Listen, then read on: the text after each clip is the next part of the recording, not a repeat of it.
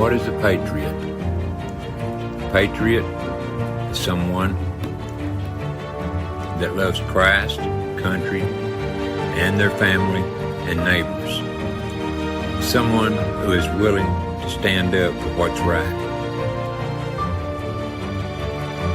Although there may be a cost to them, someone who has overcome fear because fear is of Satan, willing to go the extra mile to do and show what's right. The only reason I'm on YouTube is because of God. I feel it's my destiny, my duty to do and say the things God shows me, or else I'm of no good to God at all. All patriots must stand up or risk losing God, country, and family. This is all of our destiny to do God's work. Thanks to all who watch my videos.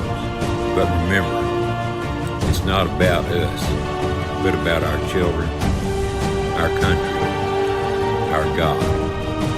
Thank you.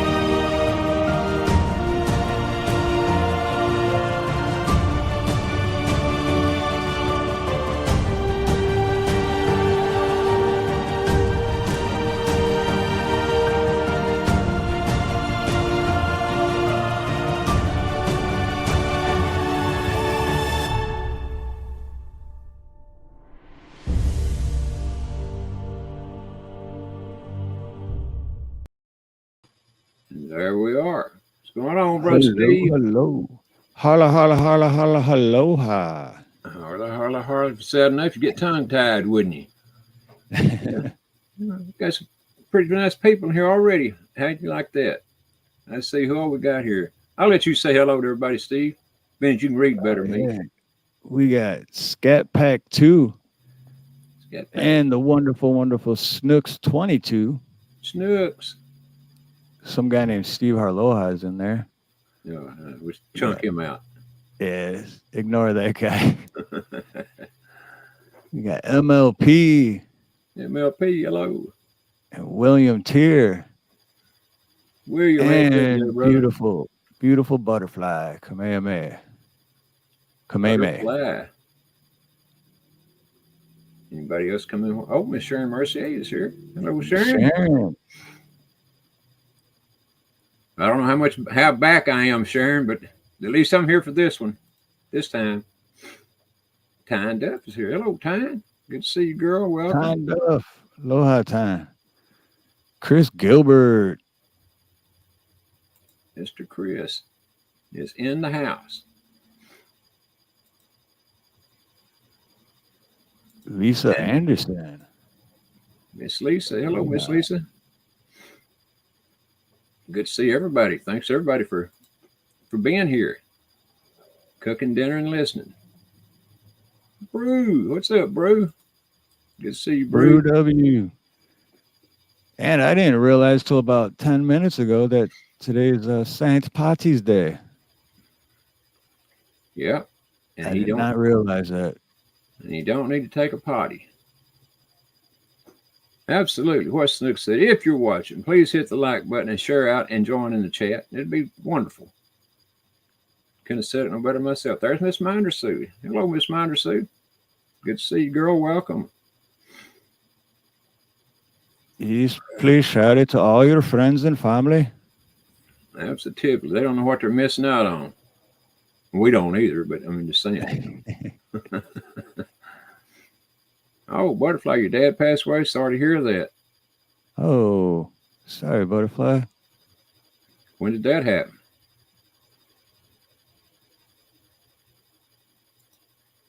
Everybody talking about eating dinner here, and I wasn't hungry till I start reading these things about eating, and I start getting hungry. I think people do this just to torture my ass, is what I think. So there's our, what you call an announcer right there. Oh, damn good show. That's right, William. You got that right. And it will be a damn good show. I hope. Of course, you know, you got to, you can't manufacturer guests to be on the show, you got to go with whatever you got, you know. So today we scraped the bottom of the barrel. No, I'm just kidding. That's why. So we're having to go with who we got. No, our original guest can't make it, so he's got family stuff. He's doing family stuff, but we still have a guest Or two. or two. Somehow or another, Steve always drags one in here. I don't know how he does it, but he does it. Yeah. Next week's gonna be fun, Ronnie. I don't know if I told you yet. I think it's next week. I'm almost positive it's next week, but we've done panels with this person before about a year. We did like three shows. I think it was called Let's Talk About Sex. Oh, yeah. Joy's gonna be on. AKA Heather. Heather Joy. Yep. Yeah, yeah. And what do we call her husband? Her husband's Steve, but he was the coach. Coach, yeah, the coach. So it's gonna be Heather Joy and Coach. That'll work. That'll be a good one. It ought to be when you get them two on. Is well, I would have said something, but I better not. I don't want to get in trouble right off the bat. I'll wait about midway through the show, before I start getting myself in trouble. Right. Those shows were good though that we did. We only did 3 because it started going 2. Like the first 2 were really good, and then the third one, it like more dudes started showing up, and then like it was a panel of 10 people and like 8 guys and 2 females, and it kind of started getting too aggressive. Yeah, it sure did. It got way too aggressive for my taste pretty quick. For a lot of people, yeah, I got a bunch of emails, and I could tell people weren't watching anymore. It's like, and I didn't blame them. Hey, what's up, Chad? NY Debs. But other than that, they were great shows. Like especially the first 2 when it was more mature, I guess you would say. No, it was definitely rated M for. Well, it should have been R. Is what it should have been. If it would have had a rating, it would have been at least an R, maybe an X. The third one for sure. Oh man, they got brutal on about that third time. And, yeah, William Gramer remembers him. It is about time for my little brother in Louisiana to show up again. I don't know what's wrong with him. He ain't showed up though. D-Dog is here. What's up, D-Dog? Good to see you. Hey, aloha. Going to court haircut. He needs a representative though, Double Dog. He wants you. What's funny is I got my haircut like a few weeks ago, but I always wear a hat. Even my neighbor, when I went to do work for her the other day, I didn't have a hat on. She's like, "Did you get a haircut?" And I'm like, "Oh no, I'm just not. You just never see me without a hat before. That's all." I think you look pretty good though without that hat on all the time. It's a different a different looking Steve, I've been trying for about the past month not to wear his hat as much because it's just I sweat a lot when I'm working, and then my forehead from the hat starts getting itchy. And hey, Zachary, aloha, brother. How's it going, Zach? Good to see you. You know what, Zach? I've been super busy, man. I did get your message the other day, brother. I'm not ignoring you. I'm sorry I didn't respond. Last couple of days I've had a lot going on. LSP, welcome, brother. LSP. Lord Bibby, welcome. Creek.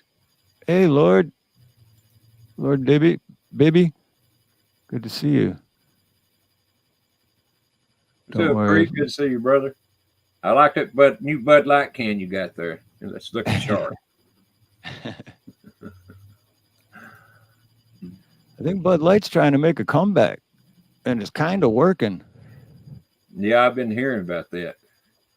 All I know is they ain't gonna work with me, so they can do whatever they want to it. I don't care. It wasn't that or no other beer is gonna do it for me. So, Right. hello, Salt. Welcome, girl. Good to see you. Something like, yeah, I never really drank Bud Light anyway, but yeah, it ain't gonna work for me either. It's like, I don't know.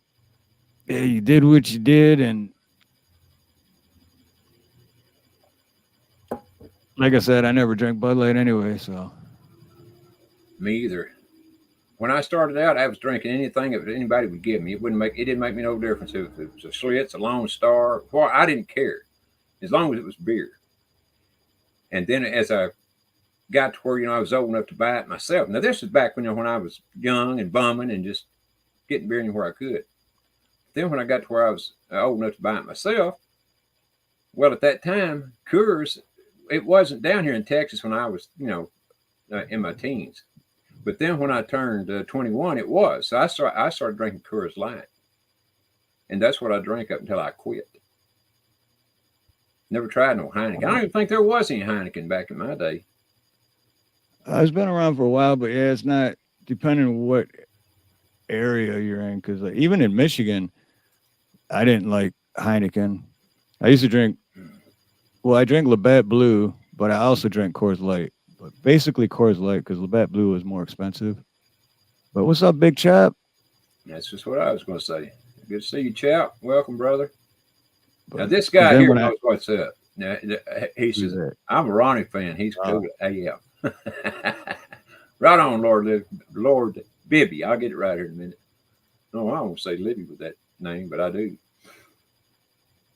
But yeah, so when I moved here, I started drinking Heineken, and then after like a year, and I went back to Michigan to visit, and then I got Heineken in Michigan, and it wasn't the same. It was like more skunked or something. I was like, what? So I went back to the Labatt Blue. So I don't even drink Heineken if I'm in Michigan, only in Hawaii. So what's the difference? I mean, why does it taste skunky in Michigan? Well, I think because here it's like the number one top selling beer. So it's constantly fresh because it's constantly selling. As to Metro Detroit area, not many people drink it. So it's probably been sitting in their coolers for a little bit longer. Yeah. That does tend to not help beer. Right. But plus for that's why Labatt Blue is like that big beer there because it's Canadian and Detroit, and you got the Windsor, so Canada's like the neighbor. But I haven't had a Labatt. They don't even have Labatt Blue here, as far as I've never seen it here. I don't think I've ever heard of Labatt Blue until you mentioned it a while ago. Oh man, it's good. Canadian beer. You sound like you should have moved to Canada instead of Hawaii. Right. Instead of have it imported to you. Good question, Camo Carl. No, don't. They don't. Wow, I haven't even thought of that. Don't have snakes. Because no snakes, but no skunks. They didn't have very snake in Hawaii until Steve moved there and snagged Nina. I'm surprised they don't have no snakes. I do smell skunk a lot though, but not from the animal. I just Where you smell it from? The old Maui Wowie.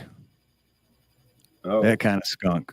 You smell that everywhere you go. Maui Wowie. Yeah, I never thought of that. No skunks here. Well, I guarantee you ought to be one happy dude not to have skunks because you remember when that one got in my house up there when I lived in another place? Yep. Oh, man, I'm telling you what, I thought I was going to sink my house from underground with all the water we run under trying to get him out from under there. We tried several things. That sucker would not leave until we got some fox pee. If you ever have trouble with anybody ever have trouble with a skunk, get you some red fox pee and spray it around your house or wherever it's at a little bit. That'll get rid of him. It did for me anyway. Fox pee. No kidding. Red fox. It's got to be a certain kind of. I guess they're the ones that love to hunt skunks. I don't know. All I know is it must be like a natural thing where the skunk knows that it's red fox pee, and they're like, I'm getting the hell out of here. Exactly. They don't want to be ate. How a fox could stand to eat a skunk, I don't know, but their nose undoubtedly don't work the same as ours, or at least as mine. Camo says he loves the smell of skunk. I paid good money for that. Somehow I think you're bullshitting this, Carl. Unless he's talking about the other kind of skunk. Could be. Hey, the deal for real. The deal is real. The deal is for real. Is for really here. 2 times. So good, you gotta say it twice. Absolutely. Jeff says fox pee is great for garden deterrent. Just spread around the perimeter of the garden. And ta-da! Ta-da! I'm surprised he didn't figure out a way to get that ta-da in a long time before now. Like months ago. Hey, Keebler. Aloha. What's going on, Keebler? Welcome. Rabbits don't like it either, huh? How about your rabbit, chap? Did your rabbit like it all right? That big rabbit. I wouldn't think that big rabbit, you, in other words, chap, would be afraid of a damn thing. Will whoop a bear. I bet a chap hadn't got hurt in that damn wreck, that 4-wheeler wreck he had 10 or whatever it was years back.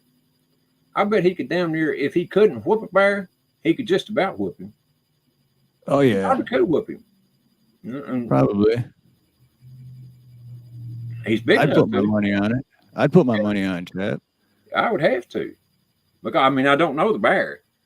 And that is unless this bear is 12 foot tall and weighs 10,000 pounds. Then I might say, well, I don't know about that.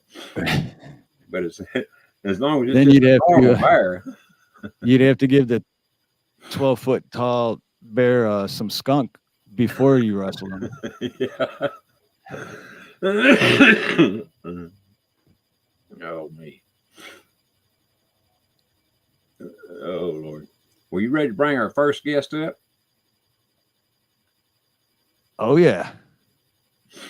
I ain't gonna tell anybody who this is. So maybe they'll figure it out on their own. You ready to go, guest? I see you back there, but I don't know if you're ready. Give the old... He gave me the finger. Oh, wrong finger. Oh, wait a minute. I just realized my name was on there, so I couldn't be a surprise. That's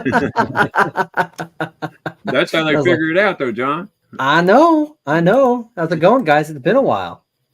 It has. Yeah. Good. How about you? Hey, there you go, Tyne Duff. There's all the green. John Sure brought the green. Yeah. Tyne Duff asked earlier, "Where's your green?" Yeah. Well, John's this is my green. I do. I've got it in my Zelda shirt here, and then, like I said, I can bloop that, and there we go. Plenty of green. Well, I got plenty of green growing across my screen. The little thing at the bottom, the whatever you call it, the trailer thing, and then our names are in green. Shoot, I got green going on everywhere here. Oh yeah, there you go. We're covered. Cool. Seeing, I didn't even realize it was St. Patty's Day until less than an hour ago. Yeah. Well, neither one of us would have known if it hadn't been for John coming in here and, running off the mouth and telling all the goodies. Yeah. Well, that's me. I mean, like, hey, Snooks, how's it going? It's been a while. But yeah, no, it's a St. Patrick's Day, and it's I always have a beat on holidays. I mean, we on the live stream that I do once a week, we're always going into like deep dive. It's not every week that we do a holiday, but when a holiday comes up in that week, we'll do a deep dive in that holiday. So we've done one on St. Patrick's, one on Valentine's Day, one on Christmas, and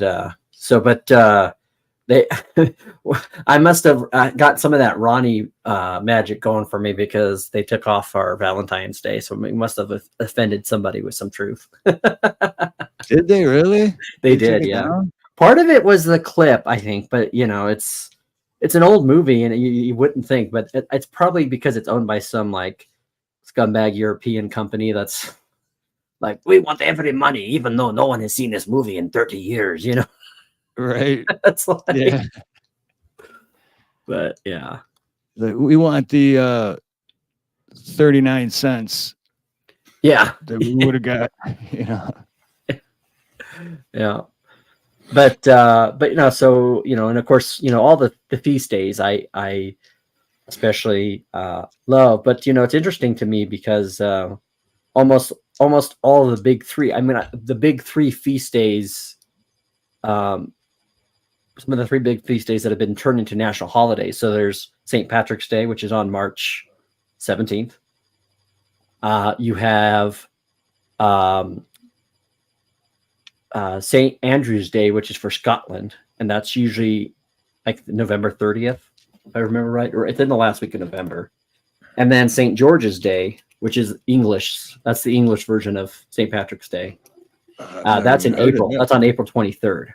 So, and what's cool is we have a local bar here, and they'll do something for each, like St. Patrick's Day, the St. George's Day, and the and St. Andrew's Day. So, but they all started off as Christian feast days of apostles, and then they became ingrained into some of the natural, you know, some of the national stuff. So it's interesting stuff. Well, John, let me ask you, how much research have you done on Christmas? Well, you know, quite a bit, and I know you and I have a difference of opinion on that. So that's always going to be an interesting, you know, because I've heard a lot of different stuff. I've heard all the different things on Christmas, and while I understand that some holidays, like for example, like Halloween, which is the night before All Hallows Day or All Saints Day, that was a Christian holiday that was created to kind of get pagans to celebrate the 1st November, which is which is Saint Day, All Saints Day. But other than that, I stand by the conviction that almost every Christian holiday that's come about is started off for a Christian theological perspective, and then became mutated into some type of pagan aspect that's related to it. So, whereas some people believe that its roots, like in Christmas, are pagan, and I just of all the research I've done, and I can go into all that if you like, but it's I've I know that is, I think that's it's a low hanging fruit to look at because of the fact that that of how it seems, but when you kind of like look at blue, you got that backwards. I know and I'm going to have with your crowd. I know I'm going to have that as a controversial view, but like I said, there's a legitimate reasons for why December 25th was picked. There's legitimate reasons for why everything has a source.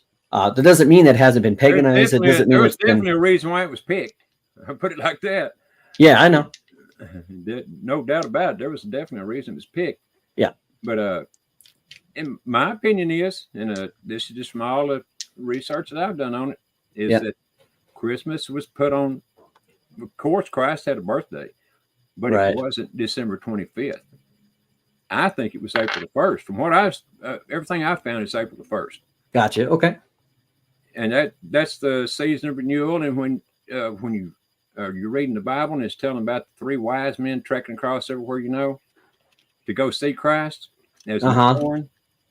Well, the flocks are out in the field, eating, in the pastures and everything. They're whatever the hell you call them, the guards are out there watching them, and so it wouldn't have been that time of year. Right. If it had been December the 25th, it couldn't have been. Well, out in the field. Well, yeah, I think it's important to make sure that we realize that that Israel is not like Britain. It's not like Germany. It's not like any of those things. It's still, and the reason why the 25th was picked is because there's it goes back to the Old Testament, and there's and it's something that's been held within the church for a long time, which is that a prophet is killed on the day he is conceived.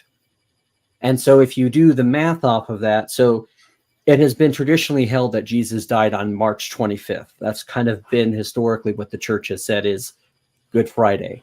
And so if you go back and you look at that, you go, okay, so April, May, June, July, August, September, October, November, December. I mean, you see where they build up to the 9 months on that. So that's the reason why December 25th was picked. Whether it is or not, my only thing on this is that I always say about anything like this is I think there's a lot of popular belief about things, and it seems to slide or it seems to hit within a convenient view of this starts here, but there is legitimate reasons. And if anyone wants to really get a good resource on that, Inspiring Philosophy has a Facebook. I think he has a YouTube page as well.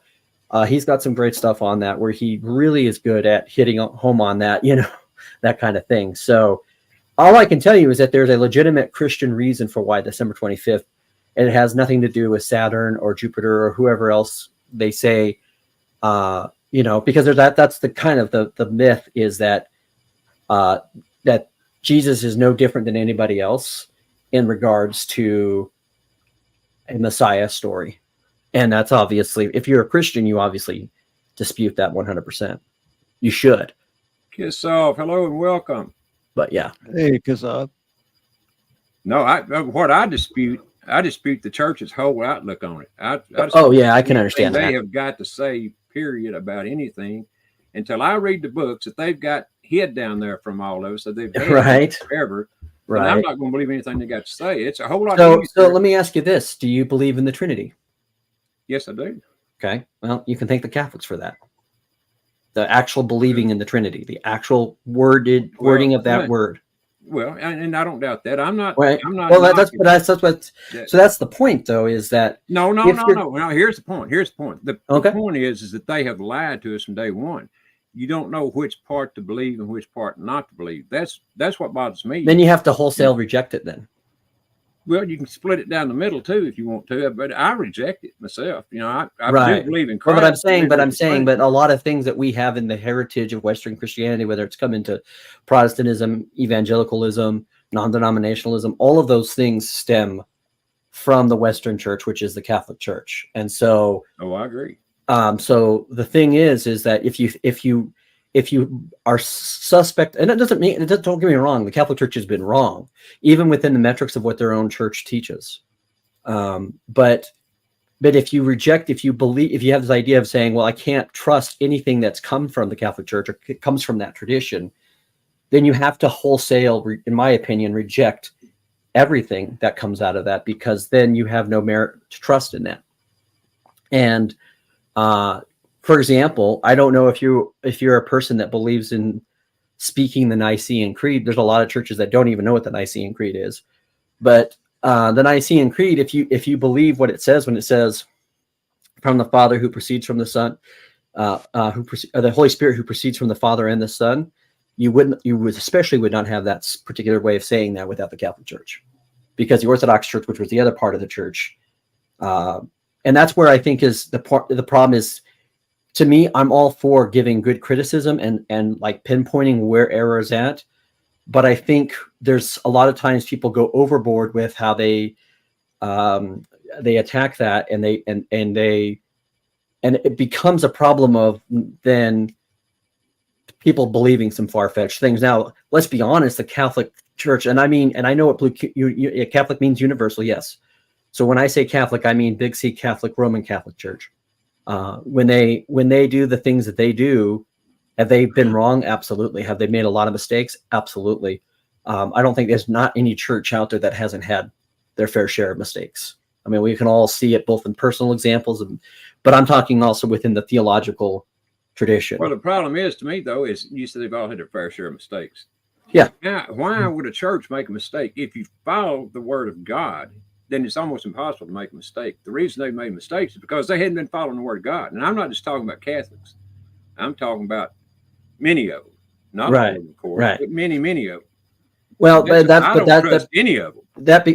But the thing of it is if you would not have the Bible in English if it wasn't for the Catholic Church in some indirect way, direct way. So, so the point is that it's the point of it is Should we criticize what's wrong with something? Absolutely. Can we give some merit to what's wrong and what's been said? False teaching? Absolutely. But if you're going to reject the traditional church in its entirety and its history, then you might as well reject the Bible, because the Bible comes from that framework. Well, I'd have to do some more study to see if I reject the Bible itself or not. Right. But well, you keep an open mind, and that's what's important. So, well, the thing is, to me, is when you're talking about the Catholic Church, you're talking about encyclicals and all these popes, right? And there's different popes all down through the ages, they wrote all these encyclicals, or whatever the devil you call them. And all they do, it seems to me like, is they're kind of like an executive order from the president, that they're saying. Oh yeah, they've done a lot of that kind of stuff for sure, where they've come up with like. And so they come around and mess everybody's minds up. You don't know what to believe, and that's all I'm saying. Yeah, is I want to read the books. I want to know what they know, so I can make up my mind. Yeah, I don't want to go on just some half-assed opinion. Yeah, like I've done basically my whole life, and believe me, I believe in Jesus Christ and in God. There's absolutely no doubt about it. Yeah. But as far as the Catholic, as far as any churches go, I really don't trust them, period. That's just me, and I don't expect anybody else to be like me. No, that's fine. And I know that some people are probably leaving, and you probably have some people that are probably that in this community that probably don't agree with this, and that's fine. And it's kind of funny because, when it reminds me of this thing that G.K. Chesterton wrote when it talked about it was a little play he wrote called The Conversion of an Anarchist. And basically what happens is this guy is the epitome of like your bourgeois elite liberal in England at the time of the turn of the century into the 20th century. And him and his wife are very aristocratic. They're very they want to expand their minds. And so they go to this club. It's called the Liberty Hall Club or whatever, and where any opinion is expressed. And they actually find out pretty quickly that people who usually tend to express themselves in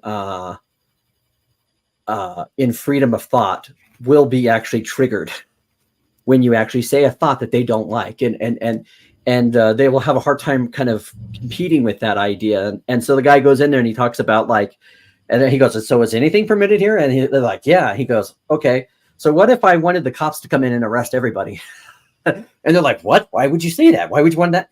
But you say it. All opinions are equal. All opinions are expressed.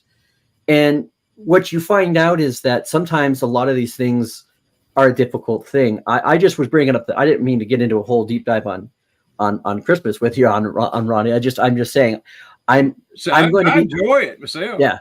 I'm always going to advocate for people that if you're going to make an argument and you're going to be definitive about that argument and to the point of you're saying it's exactly this way without considering all the different things, then I'm going to push back on that, because there's a lot of reasons why things develop the way they do throughout. No, I'm not saying anything is definitive. That's exactly what I'm saying. It's not. It's definitive, because you, me, or anybody else on the face of this earth right now, unless Christ is here, which I kind of doubt right now, but right, he's the only one, or being taken into heaven and explained it all by God, that I could put in trust. The only one I've ever put in trust in, other than my parents and really close family. Well, but, and I know that there's a lot of people who it's a tough subject. It's a difficult thing to talk about because there's emotions involved. And I think almost anybody who denies that, it's kind of funny. It's one of those things where politics, religion, and again, it kind of comes to this thing where you see this in politics a lot, Steve, where it's like, and you see this particularly, I think, in my opinion, with the Democrat Party that say, well, we're all about diversity until you give them a diverse opinion. Yeah. And exactly. So it is kind of funny because that's why I have my motto, which is, well, I'm going to be definitive about what I know for sure, Snooks. And I can see the other side. I'll hear the argument. I just I think here's the thing that is the thing that's kind of missing is when I'm saying that when you're going to have a conversation like that, you're going to want to kind of take out a few different arguments, or to pretend that those arguments don't exist when they actually do. That's when I get definitive, because then we're not really having an open conversation. Now we're just saying, and I've been used to this being around a lot of atheists who like to throw mud at God, and they do that with the idea of saying things like, well, if God did this, or if he did this, you know what I'm saying? It becomes a problem where they want you to be trapped in a logic, and it's all designed to kind of get you at a moment and go, gotcha. So, you know, to me, I do look at the other side. I do understand the other side. I understand where people are coming from with a lot of this. But because I'm definitive about things that I am wanting to express, when I express them and I want to bring them into the conversation, I'll always be that. And I'm always listening. And when I have people come on my Bible studies, you know, if they have a question, I let them ask it, and we actually explore it. So that's where it always ought to be. I mean, it don't make any difference. An opinion is an opinion. It does to me. It don't matter how much you have studied on something. You can know everything that's written on it from A to Z and still not know a damn thing. Right. You know, you got to use common sense and everything. Now that's basically what the Bible says when it talks about you know, using our, you know, discern something. That's what it's talking about. You know, using common sense, and that's what you got to do a lot of times. You don't have to have a college professor explain to you what God or Christ or anything is. I don't. So, oh man, Kamala. Some of us don't have a problem with beer. That's as long as it's not abused. But you know, I understand that some people have that issue. So to me, I think the best time to have a good, robust religious conversation is over a bottle of beer and a, you know. Well, I had many discussions about God when I was drinking. Yeah. And I never think anything was wrong with it, and I still don't. I mean, you know, and if you go to getting drunk now and talking shit, well, that might be another whole story, you know. But as long as you got your common sense about you, like, to me, it's all right. Right. Well, and for me, you know, I look at it and I go, this is the thing that I think is the thing that annoys me the most. So, is when people make an argument for something. And again, I used to get this with my sister-in-law who would talk about politics with me, and she would talk about things. And as soon as I was bringing something up, well, I don't know that. Right. And it's kind of funny because it's a tactic that a lot of people, and I'll be honest with you, and I'll be frank, it's a lazy tactic of arguing when you bring out your talking points, and then when someone refutes it and you don't have an answer to that, you say, I just don't know anything. And it's a way for you to pull out. It to me, that's a bad faith kind of way of dealing with things. Now, if you preface, and I think everybody should preface when they have a conversation, like, you know, am I God? Do I believe there's a God? Yes. Am I him? No, absolutely not. Right. But I'm also not going to go to the degree of saying, well, there's no objective truth at all, because if there's no objective truth at all, then there's no point in anybody thinking anything at all. We might as well just be a bunch of vegetables and then wait till the day we die, because if there's no objective truth to anything. Hey, I'm so a vegetable. So I guess the question on truth comes always to the issue, which is everyone believes the truth is objective, but then when measured against something else, they'll do it in a subjective way. And that's an interesting thing. So I want to get to this video that Kiss off sent. I want to see what it's about. Here we go. I have no idea what it is. So it's just a 10 second. I watched it already. Oh, did you? Okay. On it, but, hey, Ronnie, good to see you, buddy. What's going on, what's Dave? up, Dave? Good to see you, brother. Hey, Dave. This is John. John, this is Hey, John, Dave. how you doing? We grew up. Me and Dave grew nice up to meet together. you. Nice to meet you as well.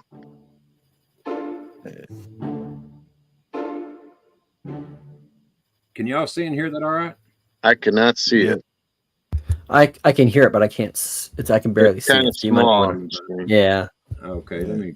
That's basically it, though. It's just I guess he live streamed, but Yeah, that Michael sure Jackson. does look like him, huh? Who was it? Looks like an older one.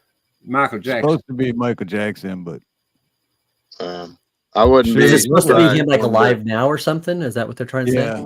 Yeah. He never died, is what they're saying. He went live on his official page. Yeah. I was telling Steve that they had pictures of Epstein that I saw yesterday on the internet on security cameras, and like he never died.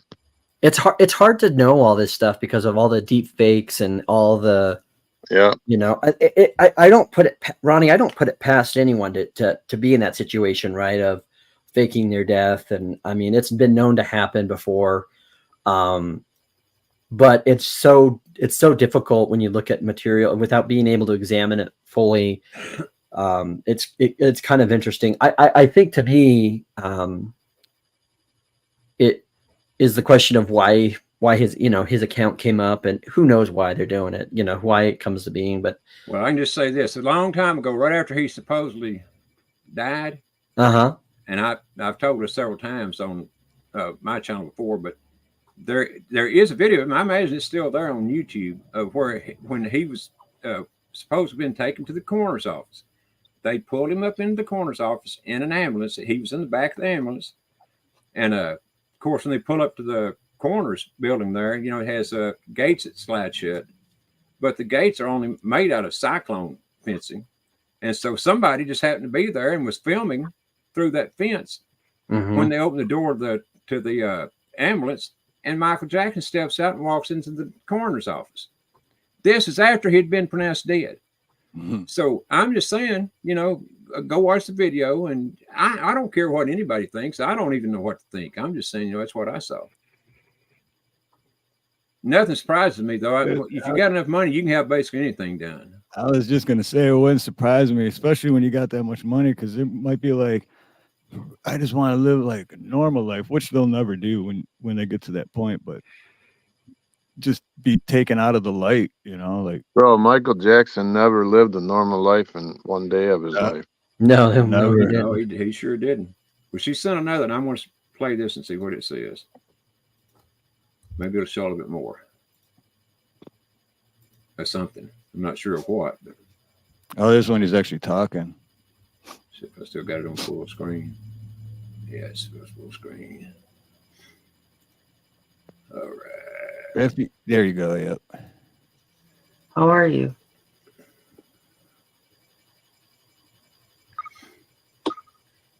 That's good. I'm all right. I don't feel very well. I got a bad headache. But other than that, I'm pretty good. I think. On my screen, he looks like a K-pop Hello, guy. everybody. Looks like an old Michael Jackson to me. I mean, There's like a wax I'm figure. sorry. I hope you get to feeling better. It's no fun being sick. Now, who is he supposed to be talking to in this video? I have no idea. Kiss off? Who's he supposed to be talking to? My name? I don't know. I don't feel like I don't want to tell you my name, but people call me Jermaine on here. Say my name. Say my name. Sorry, I'm not It's not your not man. too much information. Call me Jermaine though. Well, he's got a brother named Jermaine, so Yeah, you do it. Yeah. it seems kind of odd, don't it? Interesting. I never said I was Michael. I never said that. Oh boy. Sometimes I wish I could read Russian. This is weird though. So this was put out on his I'm sorry. I'm on his not feeling very official. well. My voice is not the greatest. I just don't get why he would put this out. I don't either. Yeah, it's hard to believe that if someone would go out of their way to fake their death, they would come back now. But I don't know. I've never understood that. I can tell you a bit more when this gets through playing. I mean, at least what I've heard on it. Now, I'm not saying anything is true. I'll just say what I've heard on it. And finish playing this. I'd like to know who he's talking to because he's like, they didn't I'm even the know main his voice. name. So. Oh, I don't know. I'm trying to let my voice rest. I don't want to sing any songs that require too much vocal stuff. I can't talk. No, I'm sorry. I don't have a camera. Yeah, I'm sorry. Why do I have Michael's voice? I don't know.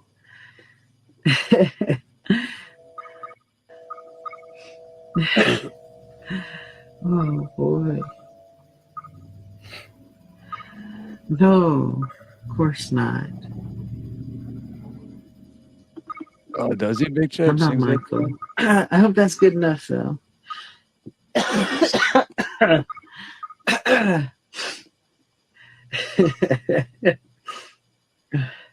Well, he said he wasn't Michael. Sorry, my nose is running.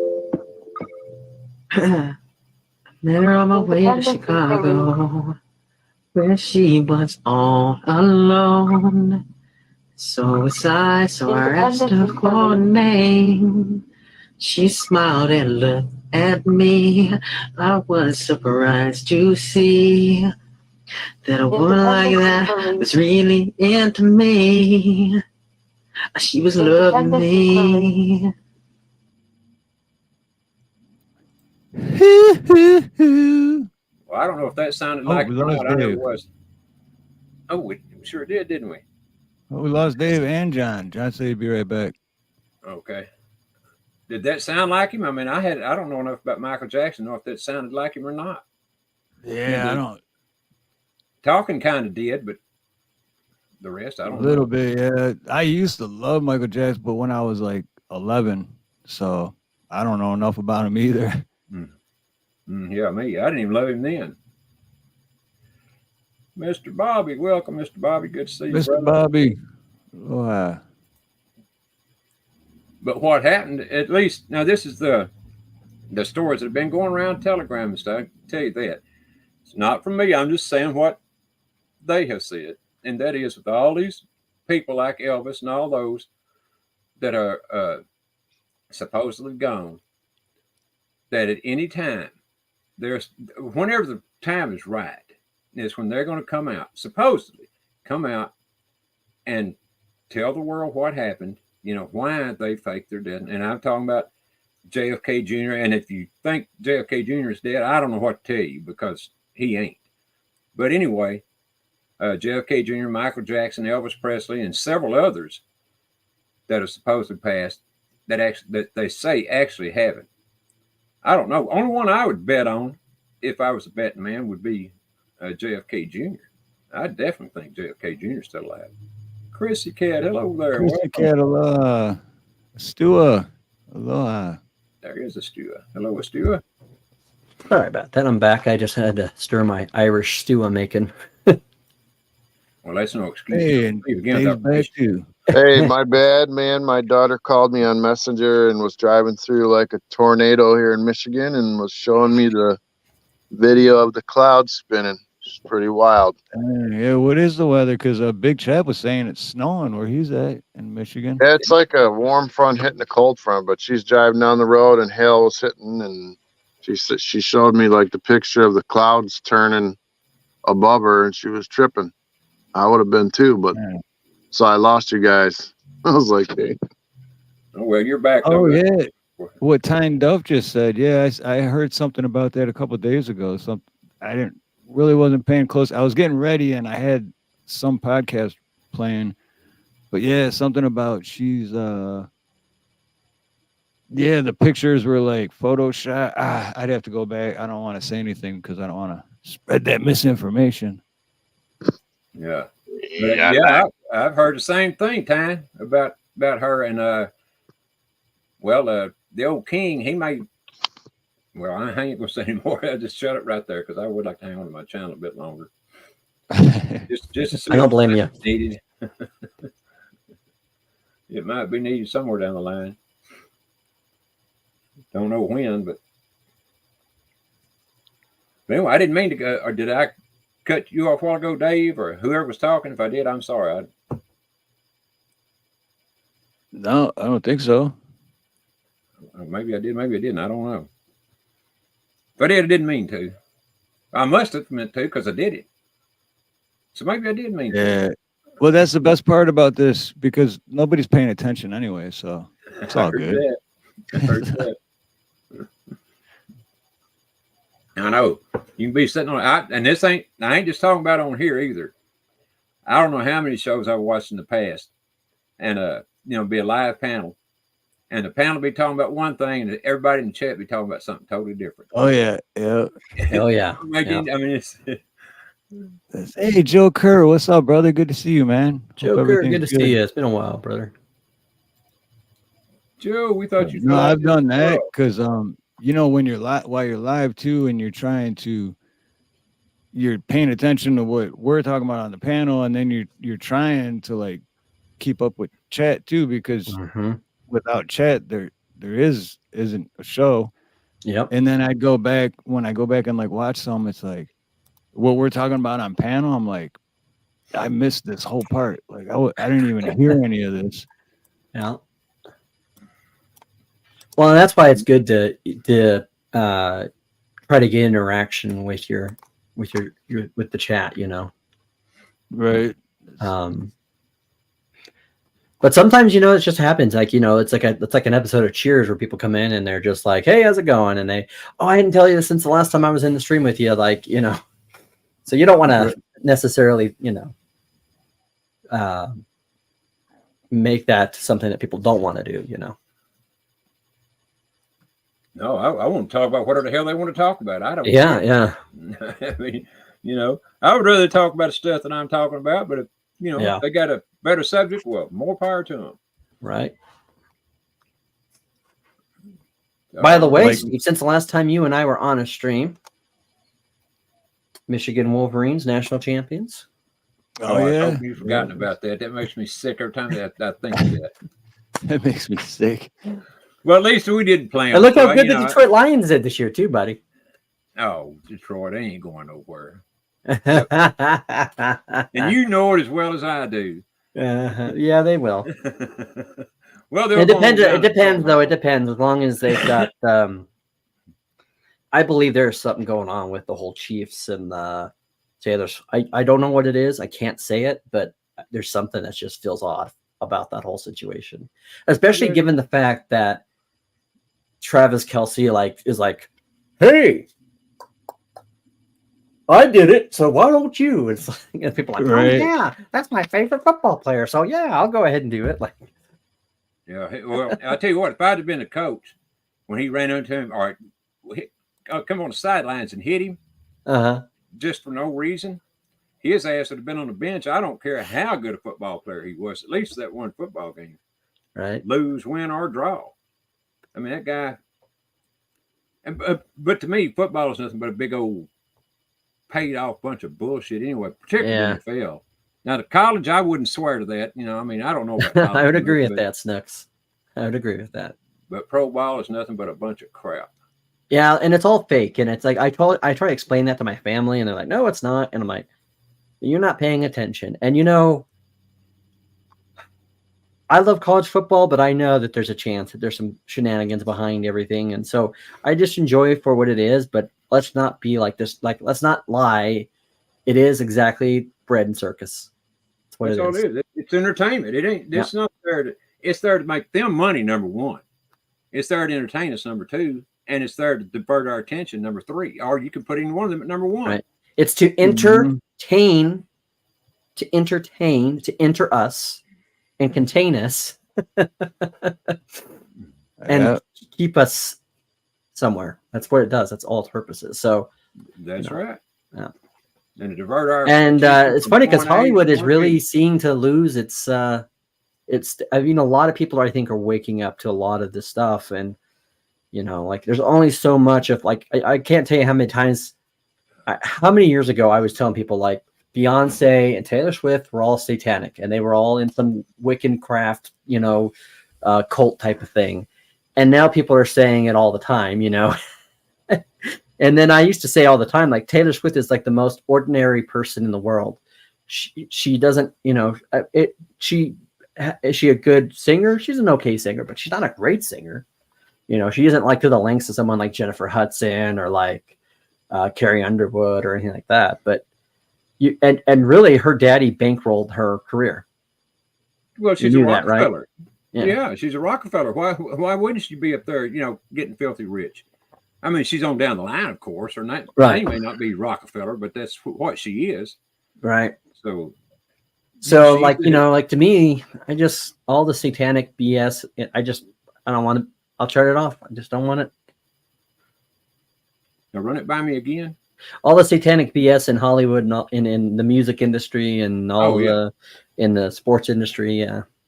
Well, a lot of people that are in those industries too are coming out and saying stuff too, Like, I'm pretty sure that the whole John Cena thing at the Oscars was totally like a initiation ritual thing. I didn't You say heard about that, that, right, Ronnie? I heard they humiliate each one as they get into that club. That Upper special echelon. club. Yep. Yeah, they humiliate the person. And I also heard that I think Usher during that football game was how do I say this? A toy for other people. That was his initiation. That's what I heard anyway. Yeah. So I don't know that it's true. But some weird every stuff. cult has to get leverage on you. That's how they work. Oh yeah, we need to sing happy birthday to Chrissy Cat. Today is her birthday.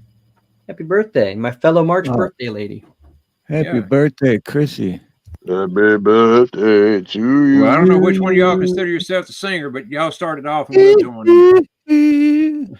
Happy birthday to you. To you. Happy birthday to you. Birthday.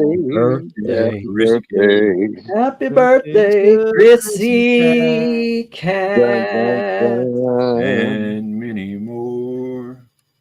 There you go. On Channel 4.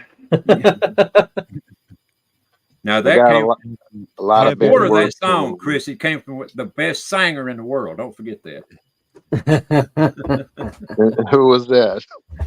That was me. Okay. I'm the best singer, not singer. Singer. There's a big difference. You got serenaded by a 198-year-old man. That's right. Fun, wasn't it, that day? Yeah. And then when I was growing up, after the happy birthday, they would always do the "How old are you? How old are you?" Something like that. I don't remember. It's been 40 years. Yeah, then we go, you look like a monkey and you smell like one too. Yeah. Hey, Mr. Smith. The reason I don't like singing happy birthday to people on here is because you can't, you're supposed to spat them once or twice for each year of their age. Like if they're 20, you hit them 40 times. Well, Chrissy Cat ain't here. How are we going to hit her? Spank her. How are we going to hit her? Is this initiation? This is just being mean part of growing old. We have our own club rules. Damn right. Yeah, the first rule is we don't talk about Fight Club. That's right. What is that noise? Joe, we'll just have to trust that she's going to give herself as many spankings as old she is. Joe, you beat me out of some years there. It's 198. You got to remember, not 190. I hope that's a typo. Ronnie's been 198 for 3 years now. And I ain't going to change either. For like 3 decades now. Well, I try to stay young, John. Having a hard time doing it, though, believe me. But I figured by the way, Ronnie, next week when we do our show on the Stamp Act, I might need you to come by and talk to us about what it was like in colonial times.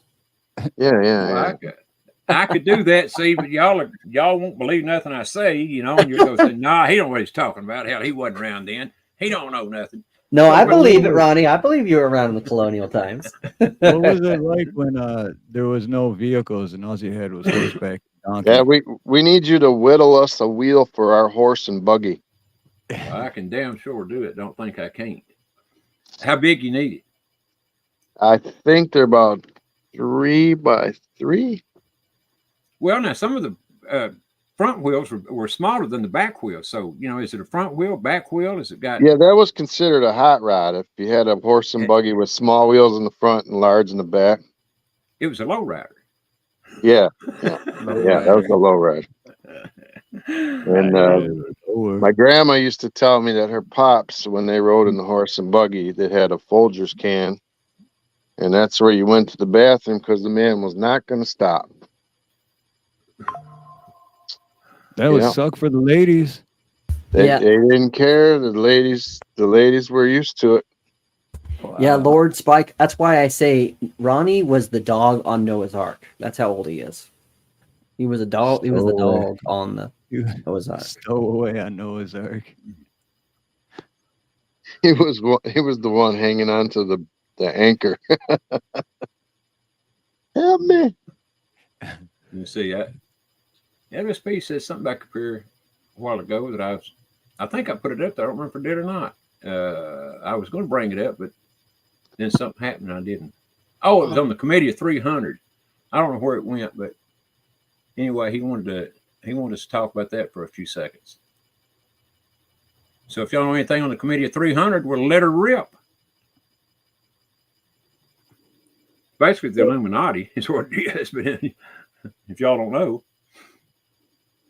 You know, I speaking of didn't the know that. Illuminati, did you see that Tom and Jerry cartoon that's been making the rounds on social media where they bow to the Illuminati in Hollywood?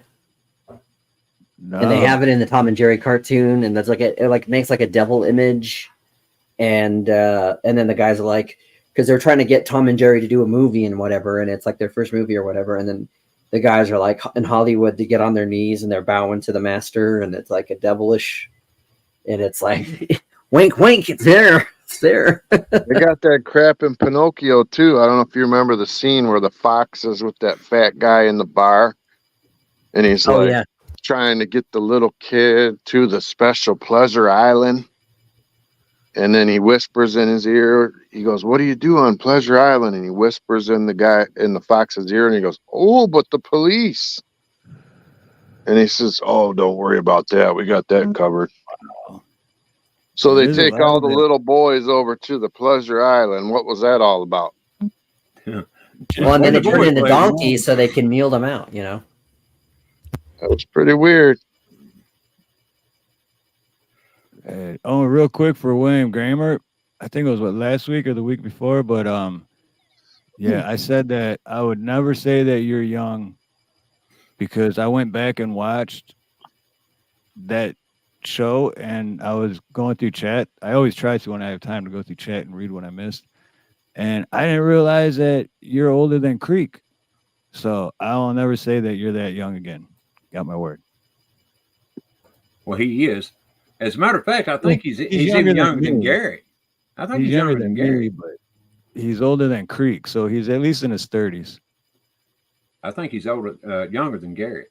Oh yeah, Big Chap says they don't come back from Pleasure Island. I forgot about. Oh yeah, they don't come back as boys. I forgot about that. Yeah, they don't come back at all sometimes. The X is the path of the increase. Yeah, what's the deal with that eclipse on April 8th? That's Trip, man. I've been reading about that. Well, the eclipse is a lot of stuff behind it. I mean, you know, I love reading about stuff and, you know, and learning about stuff. But the thing of it is, you never know where these people are getting their information from, you know. And so it kind of slows you down. Man, I could tell so much stuff that I don't because, you know, I figure it's about half bullshit, if not all bullshit. So I never do say anything about most of it, but that eclipse, I've heard so much about it, about, you know, the X it's making and all under the X are towns named Nineveh, I think. Like whatever it was back in the Old Testament days when Yeah, it there's was 8 of them. dark. That's the town that God instructed Jonah to go to preach about the error of their sin, and he decided not to, and he left.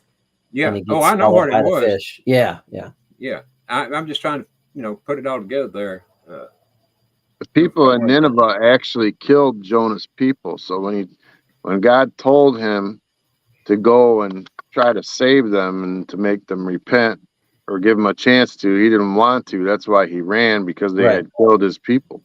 Right, because he was personally biased against them, and he didn't want to. Oh yeah, he wanted them to be destroyed. Yeah. But on that night of the eclipse, if you look it up, the constellation of that Jonah or whatever supposedly is up in the air above that area. I don't know. I've been hearing all kind of crazy stuff. Yeah, I mean, that's why I haven't even read any more about it. I've seen a lot of stories about it, but I hadn't read them because, once again, where do these people get their news from? I don't know. Well, I do think it's interesting because it's going to make an X, and we all remember Planet X, right? And it's been, that was in 2012, and now it's 12 years later. And, so that's an interesting aspect to it. But some of this stuff, it's hard to tell because I do believe they're preparing us for a huge psyop with aliens. I really do. No doubt. Yeah, no doubt. Or some kind of global catastrophe where we have to go into some kind of work camp or whatever, or, and they'll justify turning off all the power or kicking you off the internet. And then if you don't come to the camp, you don't get the chip, you don't, whatever, then you get put on you're out in the wilds, basically. Well, they were talking about that digital currency 3 days ago. I guess Wells Fargo and all them are doing that Bitcoin now, allowing you to change dollars over for Bitcoin or something. They just started it 4 days ago. With that. Yeah, I heard about that too, Dave. And believe me, I don't want no part of that because myself, and I know what other people have different opinions on this too, but I believe Bitcoin is going to bite the dust for long. I mean, whenever it is, I don't know, but I think it's going to bite the dust. To me, it's the Trojan horse of digital currency because it is. It's meant to allure you into it, and then so I've told people a couple of years ago, even I said, okay, now's your time to do your Bitcoin, but you want to get out of it. You don't want to stay in it long term, because it will fall. And if you think about all these people who are trying to, be on these decentralized currencies, all it's going to take is some type of EMP type thing to knock it all out. That's right. It doesn't even take an EMP. All it takes is a cyber attack. It does take a cyber attack, but I'm saying something that takes the internet off, or something to that degree, or something that's high strider and does all that. So now I believe that's what happened. You see that, Ronnie? I'm a young you.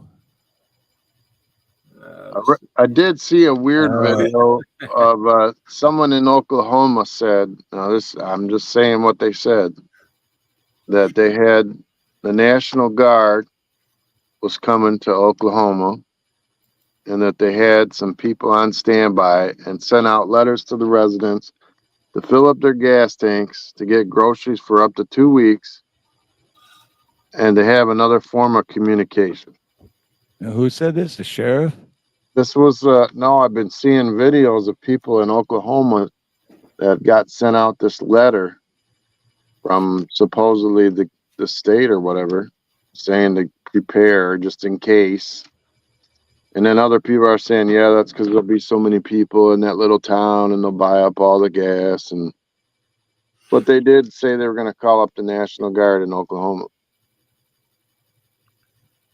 Well, the whole thing behind that is that the National Guard has already been, and this is what everybody misses, and I've talked about it, I know at least 1,000 times, is that Trump, he federalized the National Guard and a lot of the reserves before he ever supposedly left office. No one has to believe that. I don't give a shit, but I'm just telling you that's what he did. So they've already been put in it. What they're doing now is the governors are doing more or less what the military leaders to tell them to do, either that or what Trump is telling them to do, or both. But they have been activated back before he left office. Them and the Federal Reserve's over 1 million of them. And it's not hard to find, that information. So, if I don't ask anybody to believe me, go look for it. I guarantee you'll find it if you look a little bit. Yeah, LSP, it's what amazing how New York has the National Guard in the subways. That's another thing. Yeah, I was going to mention that too. LSP, thanks for bringing it up. Yeah, don't forget Texas. Don't forget Texas has them at the border. Yeah, well, I have a lot of other states National Guard too, but that's all to my point. I mean, do you really think that the government there in New York would have called out the National Guard? Hell, they'd have been up there laughing, saying, "Hey, man, we look how what we done. We done good. We got 3 more people killed in the subway today." Well, they bus loaded what, hundreds of thousands of people into New York from the border. What did they expect was going to happen? Well, I tell you what, we ain't busting nowhere near enough yet, in my opinion. But that's just me, and I live in Texas, so Fighting age males. yeah. But I think there's a whole lot more going on at that border. I don't know what the hell it is yet. But Well, and just remember, when you see a lot of these people that are coming over, what we see, and they're all like single guys, right? Yeah. Just remember, an immigrant brings their family, but a soldier brings himself. That's right. Especially that age group. Let me say this now, and I know a lot of people don't believe in Q, which is fine. Again, I don't care, but Q said the military is the only way. He did not say that it had to be our military. He just said the military. So maybe these guys, and I'm not saying they are. I don't know, man. I hope they're not coming over here to help us fight our war over here. But I'm saying maybe that is part of it. I don't know. Maybe not. Probably not. But I'm just saying, it's another angle to it. I don't trust them guys. And I guarantee you, these assholes have covered all the angles too. Hick says that the National Guard and Nuclear, Chemical, Radiological, and Biological Unit is also being stationed there. And I did read that as well, and it was in Broken Arrow or Broken End, I think it was, where they were stationed. And aloha, Brother James. Good to see you, man. Oh, James. Of course. Dave's brother. Dave's real brother. Hey, really? What's up? Big brother. One Dave's not here, man, is too much. Oh, yeah? Is that right? Well, Dave, I've got to give you a hard time sometimes. See, Ronnie, if you want to know the real stories, you need to get James on here. No, that's what I thought I was going to get with Dave. He didn't tell shit. I told a lie. Dude, I already knew all that stuff, though. The rest of the stuff, I'd have been in jail. We incriminate ourselves. When you want me to go to jail, you got to pay. Send me some money. I'll do it. No, I want to see you and Steve go to jail. We'll call you to get us out, Grandpa. Hey, that'll work. Have to get me I'd have to be like in that movie Con Air. I'll pick y'all up there. Take me out of Hawaii on the airplane. Yep. I'll pick y'all up there for it. Who's going to be our Nicolas Cage? Maybe Spike would do it. Look at there. And the reason I'm highlighting that comment is because she's talking about McCurtain County. That's in Oklahoma. The Idabel, I believe, is the county seat there. That's where I was born, Idabel. That's where I read. That's what I read. Oh, is it? Okay. Yep, that's what I read. Big Chef says that where the eclipse makes the X, that town is Rapture, Indiana. Wow, that's trippy, man. There are several towns under the X, though, that are named. It might be Rapture. I can't remember now what it was. I seen the story a week or two ago. There's a bunch of Ninevehs. There's a bunch of Salems, which like Jerusalem. People in the Bible named Absalom. That Salem is kind of famous in the Bible. Yeah, it is. That's where Jerusalem comes from too. Yeah, because it means peace. And then I guess if you added up all the last 3 eclipses, it makes a Hebrew symbol, which is only used twice in the Bible.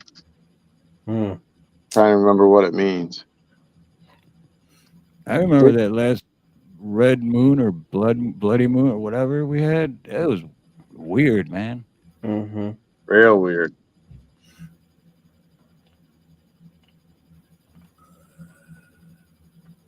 Well, our country's pretty messed up, man. Well, it's going to get more messed up before it gets better. Yeah, it's only just begun. That's right. Good, Oh, good yeah, music. Put to it, Steve. What was that movie, man? That was room 13 or something? Floor 13, room something. I think I know what you're talking about. What's Yeah, his that's name? Guy was stuck in that room. mm-hmm. That's John Cusack. Oh Yeah. yeah. 1408. 1408. That was it was crazy. Samuel Jackson. Dang. He thought he was out. But they kept pulling him back in.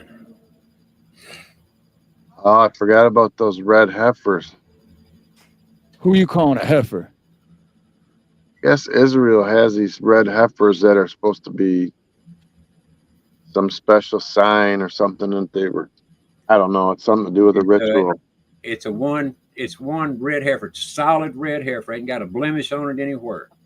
It's what they supposed to have been waiting on forever. And now, from what I understand, they've got the red heifer. I mean, I don't know, but that's what I've heard. I did read that Hamas attacked Israel because they were preparing to do that with that heifer. Say it again, Dave. I don't know if it's true, but there was some people saying that that's why Hamas attacked Israel was over that No. red heifer. No, it wasn't what it's over. Got to remember now, and I know everybody ain't into this crap like I am, but Not everybody, Ronnie. Hamas is part of Israel. They were trained and equipped and everything by Israel. So when Israel says jump, they say how high. So by that you mean that Hamas is being used by Israel? Is what you're saying? Absolutely. Okay. Well, this is some things we know about actually Hamas, because there's a lot of misinformation about Hamas. One of the things we know is that they don't come from the Palestine area. They come from Beirut. And Beirut was a heavily Israel had control of Beirut for a long time. And they had a lot of operations there, right? They had a lot. I mean, in fact, one of the things that they did is the Israeli army or the Air Force would fly planes over Beirut, and then they would like mass dump pornography all over the entire city, because they know that pornography has a destabilizing, demoralizing effect on people, especially men. And they did that. That was kind of some of the psychological warfare they were doing. So the whole thing with the Beirut was that now I do believe that some of them probably are controlled by them, Ronnie, because we see the same thing over and over, right? You say, well, if Israel is the only stabilized democracy, which we're told that Israel and Saudi Arabia are the only stabilized democracies in the Middle East, there's a reason for it. It's because they're the only ones that they have the money to, and they're the ones that are committing all the stuff that happens all over the Middle East. It makes it happen the way it is. But Beirut, a lot of people there got screwed over by Israel. And so some of the biggest hate for Israel comes out of Beirut. And let's be honest, Israel continues to bomb Beirut to this day, right? They continue to do. The whole world has been hurt by Israel. I agree with that, but I'm just saying, in particularly, the people from Beirut have a very particular sore spot and a big bone to pick with Israel. And so a lot of the Hamas come out of the Beirut area, and that's a lot of that is because of some of the stuff that they did, their training and all that. In fact, it's been known that the CIA and Israel's what do they call them? Mossad, all did training in that area, all kinds of different stuff. Oh, I don't doubt that at all. Yeah, I don't at all. I mean, but if I know that ISIS is controlled by the American government, particularly by the Democrat Party, then I have no problem believing that Israel could do the same thing like that. Well, I know we work with the Kurds for sure. We've worked with every major fundamental Islamic extremist.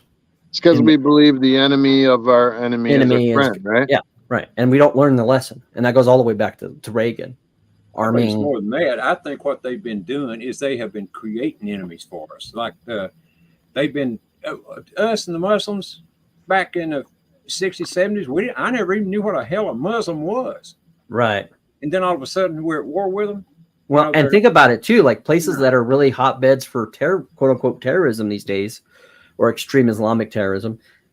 Places like Iran, back in the 60s, was a very liberal place. And by liberal, I mean it was very Western civilized. Like, it had a lot of doctors. It was a very artsy place. It was kind of like the Abu Dhabi of the 60s and 70s. I mean, it really was. Iran in Tehran had a very, and then the Ayatollah took over, and that all changed. But we've seen with Reagan where he gave weapons to Al-Qaeda to fight the Soviets. Al-Qaeda takes over Afghanistan, and so then they have to find someone else to do the dirty work to try to get rid of Al-Qaeda. And really, once we went over to once we found out all the stuff that was over Afghanistan, especially all the drug fields, all the opium there, we never really left that area. And that's up until recently. So, but yeah. So you had that. Why do you think we stayed there, though, John? For the drugs, for sure. Well, for two different, I think there's two different reasons. It's one of the biggest places for poppy fields. Exactly. But it also has a strategic position when it comes to using action against other states. Yeah, China in particular. Right, and that's the reason why. That's why I believe Biden left, is so he could set that up for China to come in through Afghanistan. So I won't be surprised to see China come in through Afghanistan. Because actually, interesting enough, like within the year before we actually left Afghanistan, China had deals to build roads in Afghanistan. I don't think they're doing that out of the kindness of their heart. If you think about Afghanistan right now, they're probably the biggest arms dealer on the planet other than us. Right. It basically we left all that equipment. Yeah. It's going to become like another Mogadishu, basically, because that's how Somalia was with Mogadishu. It became a huge weapons place. There was a lot of drugs in that area, and then so that was no accident that we left that equipment. No, it's not. It's not. Absolutely not. Definitely was not. There's Garrett. I haven't seen that guy in a long time. How you doing, Garrett? Emotional damage. Bad touchy. So how many Ninevehs are in the United States? This is the question of the day. I think Chad pretty well covered all those. Yeah. 1, 2, 3, 4, 5, 6, 7. Is that all of them, or just like for example, here's a few? That's ones that are under the X, I believe. People in Canada don't even know. Most of them didn't even hear about no eclipse that I've been talking to. Well, I didn't until we talked on the phone the other day. Big chap, the Pentecost doesn't happen 40 days after April 8th. It happens 40 days after the day of Easter. So the 31st. So it's going to be technically the 19th of May is when Pentecost traditionally is observed in the West. Just FYI. When does Ramadan end? Ramadan? Going on right now, right? I don't. Going up another week, I believe. I think it is. Yeah. It starts March 10th. It's right now. So it started March 10th and then it ends on April 9th. Wow. So there's a holiday for you that's coinciding with that. That's interesting. Yeah. And you're talking about Iran and everything a while ago when the Ayatollah and all that. Well, it's my contention, and I think it's a lot of other people's contention too, that we are really the ones that overthrew the Shah in Iran. Our CIA, is what I'm saying. Yes. And that's how that came about. It's the same thing, same tactic now that Israel is using. Right. More or less and we did the same thing in Libya, and we did the same thing in Egypt. Yes. Under Barack Obama. Absolutely. Yes. Our whole life here, at least since I've been around, has been nothing but pure treachery to the rest of the world. And we have been like the biggest.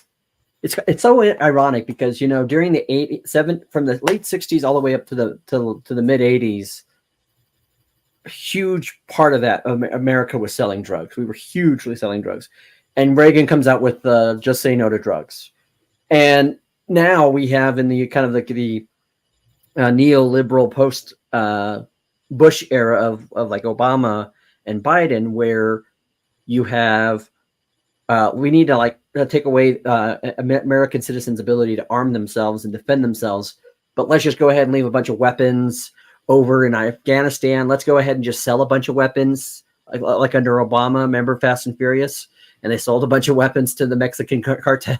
Like it's like, it's so ironic that Yeah. Let's just open the border now too. That'd be great. Well, it's been open for about 3.5 years now. So, Oh yeah. Yep, he did. I just said that. Yeah, Joe Kerr was on the same page I was going on that. Yeah.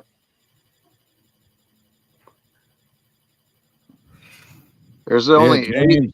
eight That's the one places. thing. One thing I miss about Metro Detroit, James, is when I lived in East Dearborn. My Arabic neighbors, man, I miss that. They got some good food. I don't think anyone's knocking Ramadan, James. No. Just wondering. We're just talking about that. How it coincides with like Easter and the eclipse and all that stuff.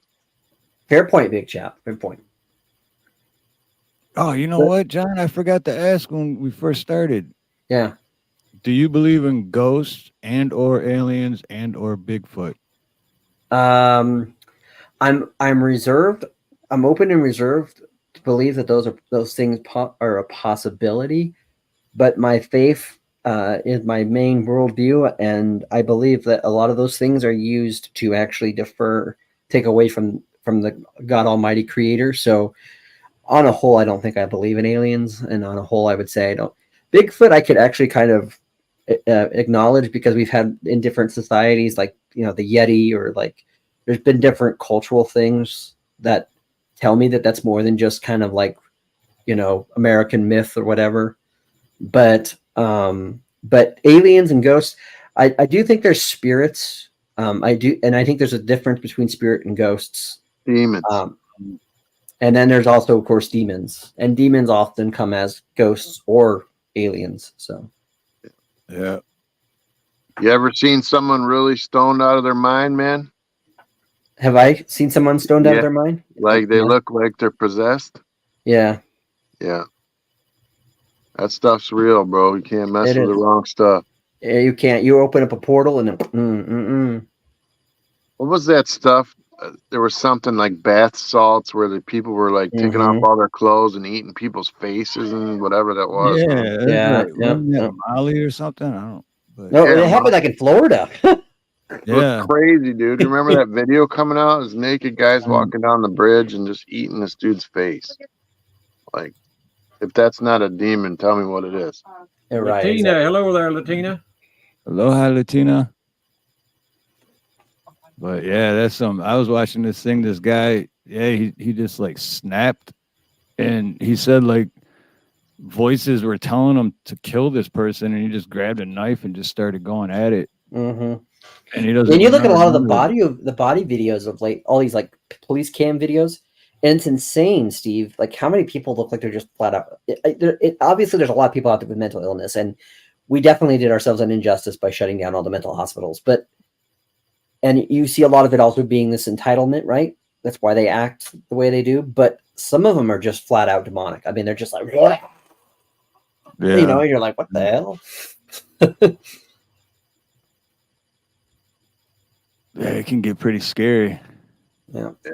Don't like that dude in Florida that was eating that guy's face. Like their strength is like way beyond their regular. You know what I mean? So it's not. Yeah. It's like really scary. Yeah, guys, don't smoke flocka or eat it. It's really not good for you. You'll be eating somebody's face. Yeah. Is that what flocka is? Flocka, yeah, that's what flocka. That's what Chap said. Or Crocodile. I never heard of the crocodile, but I Never heard of remember either it was frickin' one of 'em. quaco, yeah. Stay away from them guys on the corner. They be smoking flocka. Or some crocodile. I do think it's interesting thinking about ghosts and aliens. If For sure. like I love the way the Matrix explains them, like that they're like their default programs. You know, that haven't been completely overwritten yet. That's why they come off as ghosts or monstrous or. Sounds It'd like be a interesting. croc to me, but who knows? Yeah. You know, I believe in Sasquatch because I seen some really big, hairy women. Yeah. Well, Dave, Oh, you those gotta are quit. Amazon. You got to start telling your girlfriends and everything to shave their legs more often. All right, it's funny today. Well, it's been a while since I talked to you, Dave. You know, so I got to get into one-line zingers while I can. Every time you laugh, that dust keeps rising up from your desk. Can you see it through my what you call that thing up there? I Emoji? was imagining it. Yeah, that dust.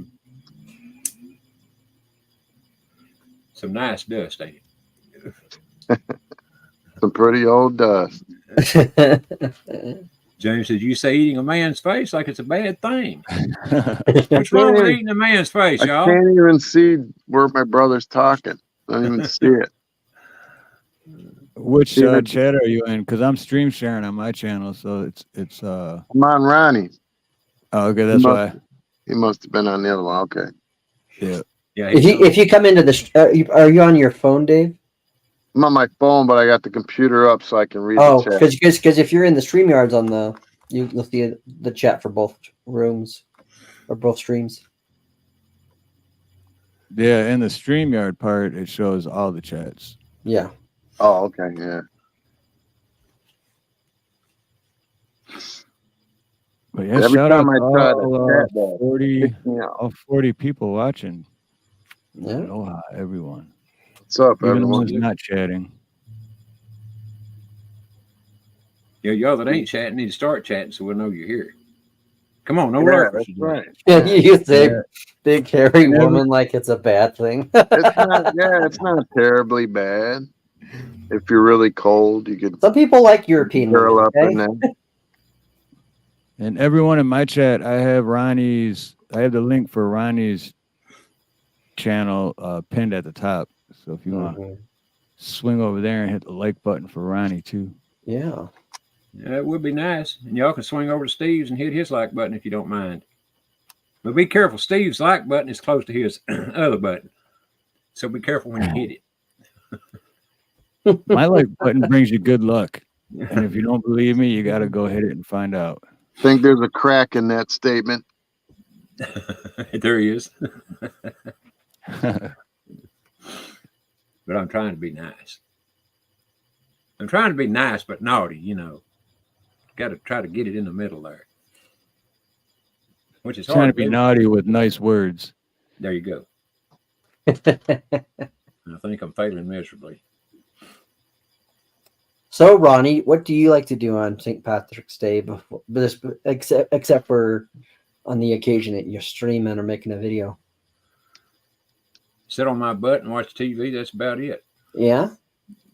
I Smoke your cigarettes. Like, what do you That's smoke? right. Marlboro? No, these Lucky Strikes. Lucky I Strike. smoked Marlboro for a long time, but they're way too expensive for this old man. Oh yeah, I can bet. I got a When you- question for Oh, everyone out there. Do you guys think that TikTok's going to get banned completely? Because they're talking about it. Yeah, I've heard about it. I don't even go on TikTok, so I don't either, but I wouldn't be heard that. surprised if it does. I'm on there now. I just got on there. I don't know how the hell to use it yet, but I think it's gonna go down myself. I think it will be taken away because it's a Chinese-owned company. It should have been taken already, in my opinion. Well, the problem is, That's though, me. is as Rand Paul says, that there's a bad, dangerous precedent that's going to happen if they do take it down because it's not completely 100% owned by Chinese communist Russian companies. They are owned by some American and other companies. So what you're going to say is we're, and again, the threat of, well, Chinese owned, well, but like if we look at it, like, to me, there's no difference in the Chinese communist owning something than BlackRock owning something. It's the same centralized authority in holding something. But I agree with that. I'm just but I saying, think the whole we're gonna say I thought that, by the way, Tucker Carlson, I love Tucker Carlson. He just nailed it on the hammer when he talked about this, because he said, if they were really concerned about China, they wouldn't allow China to buy land in the United States, wouldn't allow China to buy farms, they wouldn't allow cheap Chinese products to come into Walmart and all that kind of stuff. If they were really concerned about Chinese owned things, because we know that the Chinese food is like poison, like dog food. Remember when they poisoned all the dog food? And so, I mean, the reality is, my opinion is that they realize something with the whole social media age, and that is that as long as we have these kind of outlets, especially on something like TikTok, which allows something to be spread so fast and so wide, if they're planning on something, it might, Not to mention all the people that are on that platform making money here in the U.S. that are going to be really upset. Yeah. Well, I know they've already taken it away from soldiers that had it on, that were in the active military and were on base or whatever at the time. Well, that's a different situation to me, because you actually fear that. Let me finish. You don't ever give me a chance to finish. Okay. And so what I'm saying is that they've taken it away from them. And I don't think there's any more wrong with TikTok than is Facebook or whatever. But I'm just saying, that being as the Chinese do own a large stake in it, that gives whoever an excuse to get rid of it. Whether it's good or bad, I don't know. I'm not a tech guy, so I don't know. I'm just telling you what I do know. Right. I think that there's a difference with certain military and government personnel. If there's an issue of how they would use it, if they're using it, obviously, if there's a threat of someone hacking that or getting information from military, that's a different thing. And I think, again, in that sense, if you're choosing to serve your military or serving your government in that kind of function, then you giving up that right to use that particular platform to express your freedom of speech is something that you contractually obligate to, which is different than taking a whole bunch of people and saying, stop using it, don't use it anymore, and we're going to ban it because of whatever reason that they put in there. To me, I see the sides on both of them, and the problem is whenever the government makes a big thing like this, and this will be a huge case, it can establish precedent, and that's what I'm worried about myself. Agreed. It's going to be a lot of people upset. Especially if they work for the last 2-3 years trying to get all those people all following them. They're not going to be happy. Yeah, that's putting all that work into all that. Friend that I used to work with, his name is Jay. He has 5,000 people on there right now, and he was just talking about it on Facebook. Some of his income. Right, yeah, that's what I was getting at. Like, someone puts all that work into it, and then it's like part of their income, and then it's just all of a sudden, nope, not anymore. It's like, whoa, what do you mean? Like,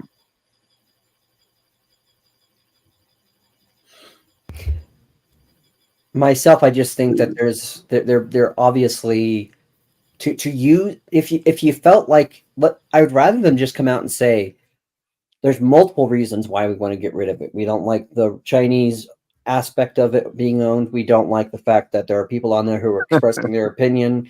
we don't like the fact that whatever and all the, but for them to pinpoint and kind of say, well, we don't want Chinese influence, we don't want things influenced by or owned by foreign companies, then there's a lot of things we better like rewrite about who we allow into globalism. And hey, I'm willing to give up TikTok.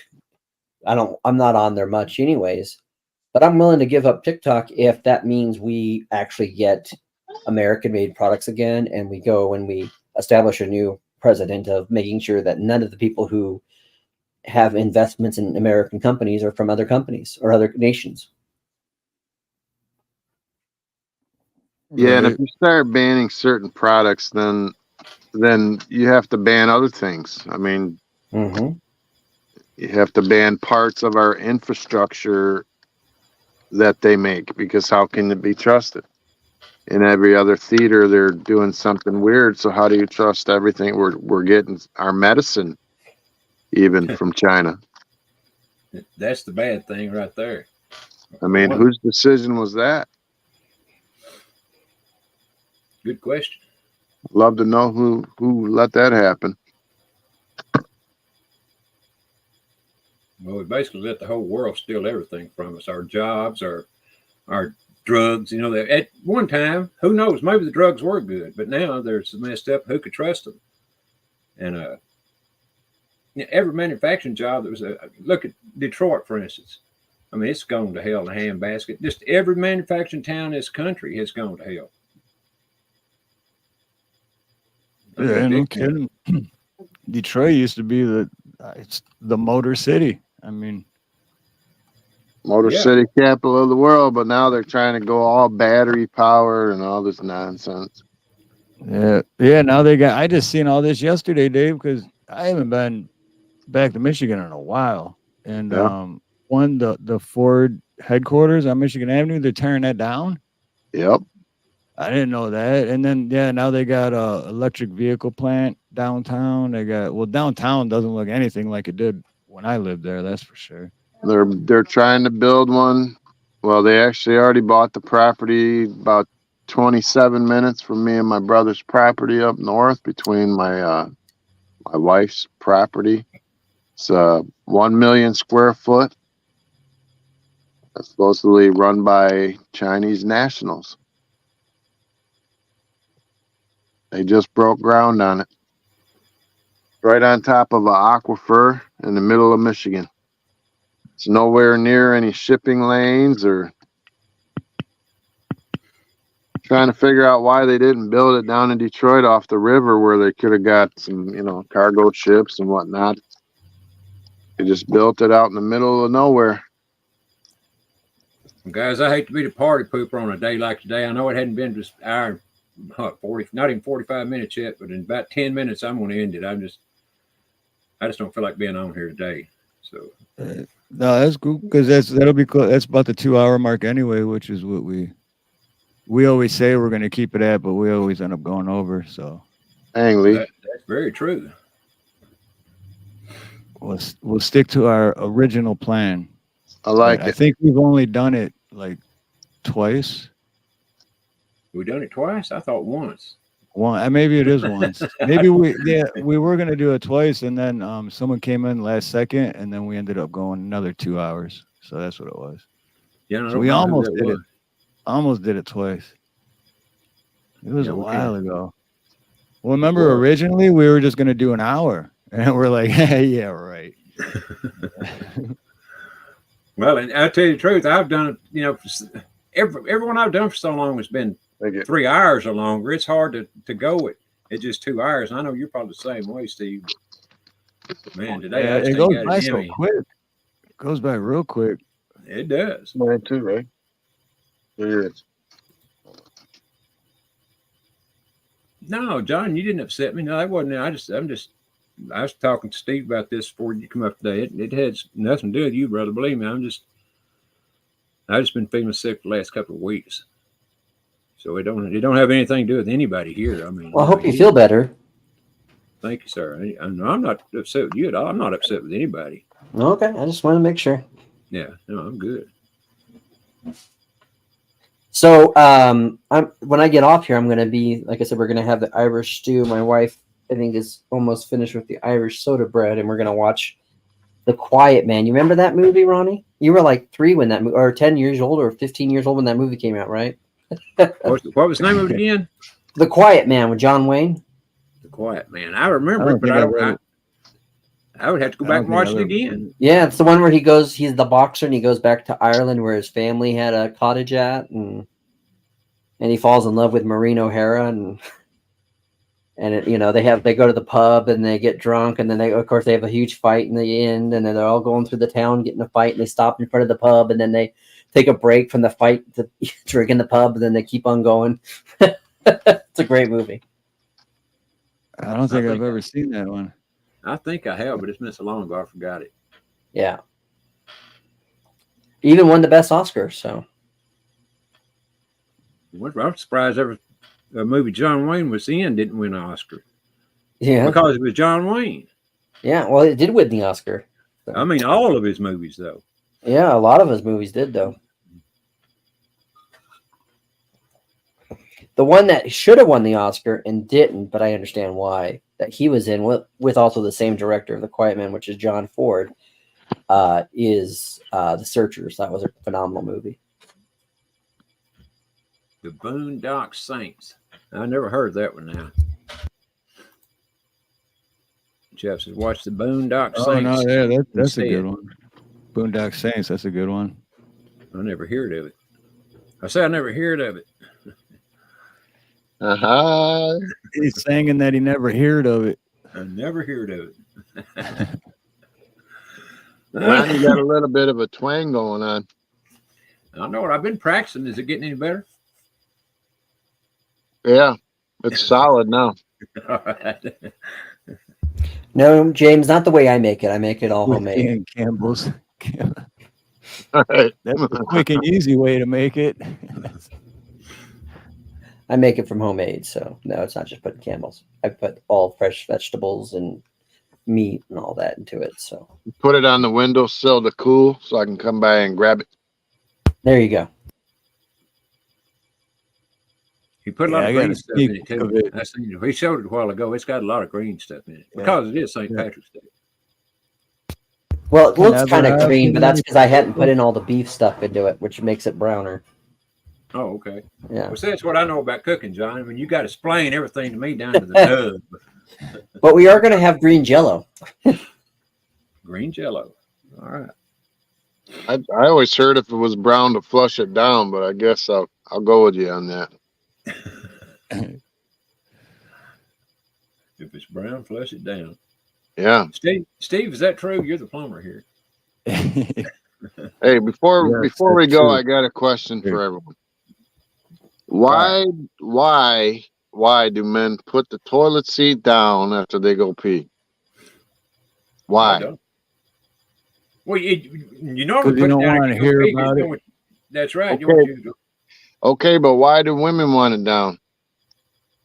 so they don't, So they don't instead of fall sitting in. them out. That's what I'm saying. I don't understand. Because they don't pay attention when they go to the bathroom and realize that the toilet seat's not down. Like, doesn't the next person then have to actually touch the toilet seat and open it to go to the bathroom? And now you have just touched the nasty toilet seat.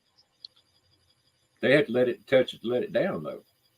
I say since what I'm it's, saying. since it's Not if you're going uh, number one, though. I think is what Dave's point is. right. Yeah, like If you're standing up and then you put it down, or if you keep it up, then the person, because otherwise the next time if someone goes before you that has it down, of course, the only problem in this whole story is that in between that there are people doing a number two. So it's unavoidable. so. Well, and since it's 2024 and it's all about equality, and it's been that way for so long, I think that the women should have to put it up when they're done. That's right. That's what I'm gonna say next time I go into a place, or I'm gonna say, hey, you be sure to put that damn toilet lid down when you get through using the bathroom, because I don't have to raise that sucker every time I go in there. I'm Yep. glad you mentioned it. I don't know why I never thought of that before. I still don't understand why he would ever put it down. Makes no sense. Well, you undoubtedly ain't got your ass chewed out 1,000 times by your wife yet, Dave. Right. Make it make sense to me, Ronnie. I'm trying. I'm gonna say because if you're married, that's kind of it comes with the territory. It does. I am married, but my wife has never said to put the toilet seat down. I'm not Yeah. talking about the bottom one now. I understand that. I'm talking about the top. Oh, Ah, that's a different story. I get that's a that. different story. Yeah, I Well, don't. Yeah, I have an answer. I'll leave that up. I have an answer. I have an Okay, answer what's for you. the answer? I was just about to say before I realized that you were talking about the top. I was about to say I agree with Chrissy because I closed the whole thing. As a plumber, and I go to so many jobs where the deodorant fell off the shelf and it got flushed and now our toilet's clogged, or this so much things can fall in. I mean, it's like a basketball net for anything in the bathroom to just accidentally drop in there, and then if So you're you don't telling know- me you take a basketball when you go take a dump yeah, with you? anything can get, if something gets knocked or dropped in there and you don't realize it, and then it gets flushed, now you're calling a plumber, and then you got to pay the plumber. So, Right. Dave, Which, as a plumber, you sometimes- should advocate for that, right? right. But sometimes then there's depending that whole on thing what- about too many jobs. You know, there's hard leave the jobs. top lid up, folks. Steve needs to work, damn it. Yeah, But depending some on what work. gets dropped down there, so I've had plenty of jobs where if it's too big, but it somehow just gets in the perfect spot, you got to get a whole new toilet. So it's like, I had a cell phone once where there was no way, it was like right in the trap of the toilet on the inside, but they wanted their phone back so bad that they got a new toilet, and we broke the toilet to get the phone out. Oh my gosh! So Oh my Lord. Just let it Still go. work? At that point, let it go. right, What I'm saying. I didn't phone stick still around. work, I Steve? don't think so, but I'd have had to stuck have around it. and found out. Oh I my God. would have had someone see if crap or pee hurts the phone. You'd have That's to the best pay way me to find fat cash to get that phone out, I'll tell you.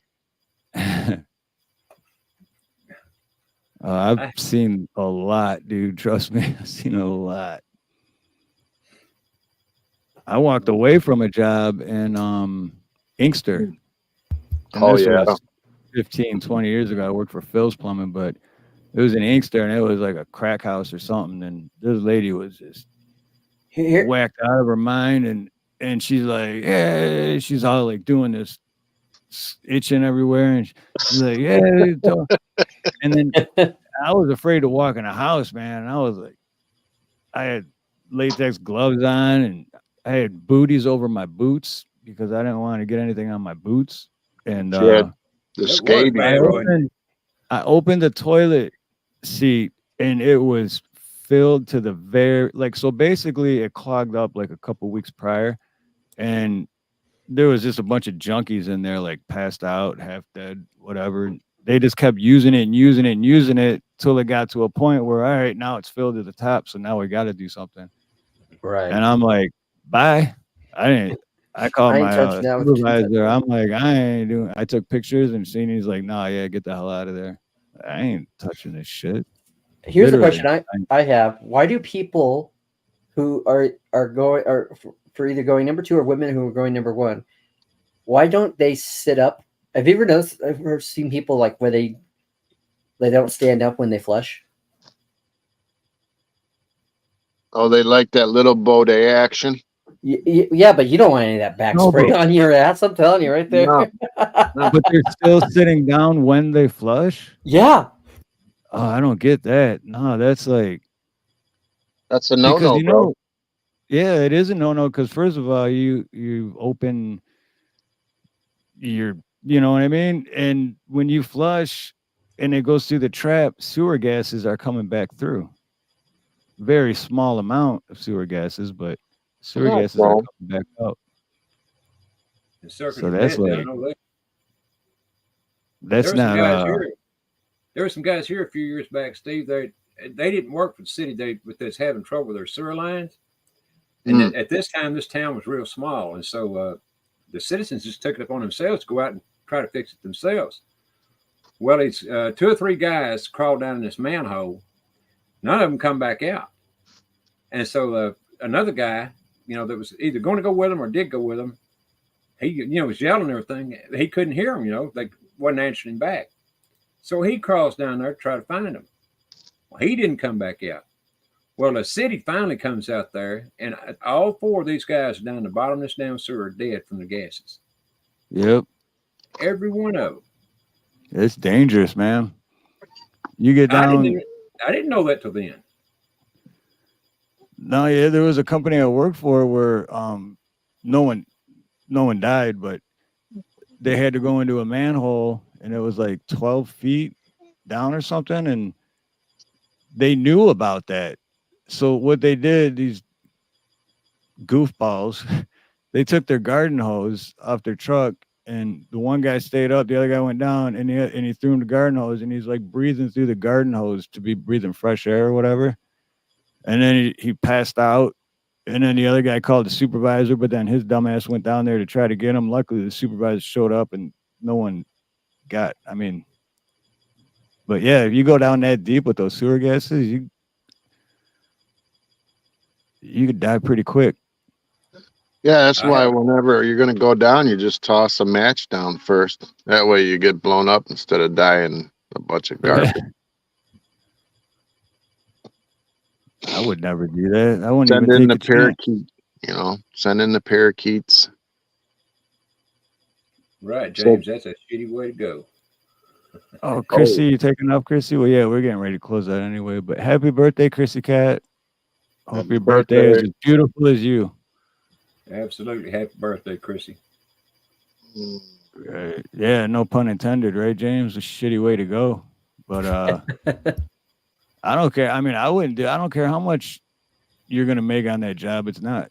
The chances that you're taking. So unless you got the right equipment, it's not worth it.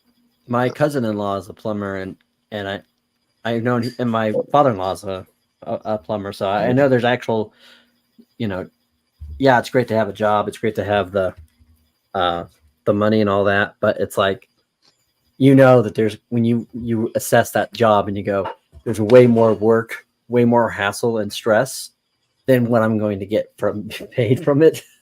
Yep. Yeah, there's a few that I walked away from because it's, and sometimes it's not even the actual job; it's the customer or the homeowner. It's like, I know everything that comes along with this kind of customer, and I'm going to be dealing with this customer over this job for the next month and a half. You look at them and you look at them and they're so nasty. You go, there might be some hepatitis in that toilet. Right. That's nasty. I'm going to pass on that one. Steve, you carry a big box of those plastic gloves and go around looking like a doctor when you're working on plumbing stuff? Yep. Good. I do. I got, actually, you know what? I keep them in my back pocket. No, you got to have the ones all the way up to the elbow. Latex gloves. Tore up. One of them's kind of tore there. You might get some hepatitis down in there. They got holes all over. These are thick, man. They're really thick. It looked like it had a tear in it. Maybe it's just the camera. I don't know. It's camera. They're really thick. On my screen, Steve is teleporting like I'm watching Star Trek. That's because the sun's starting to.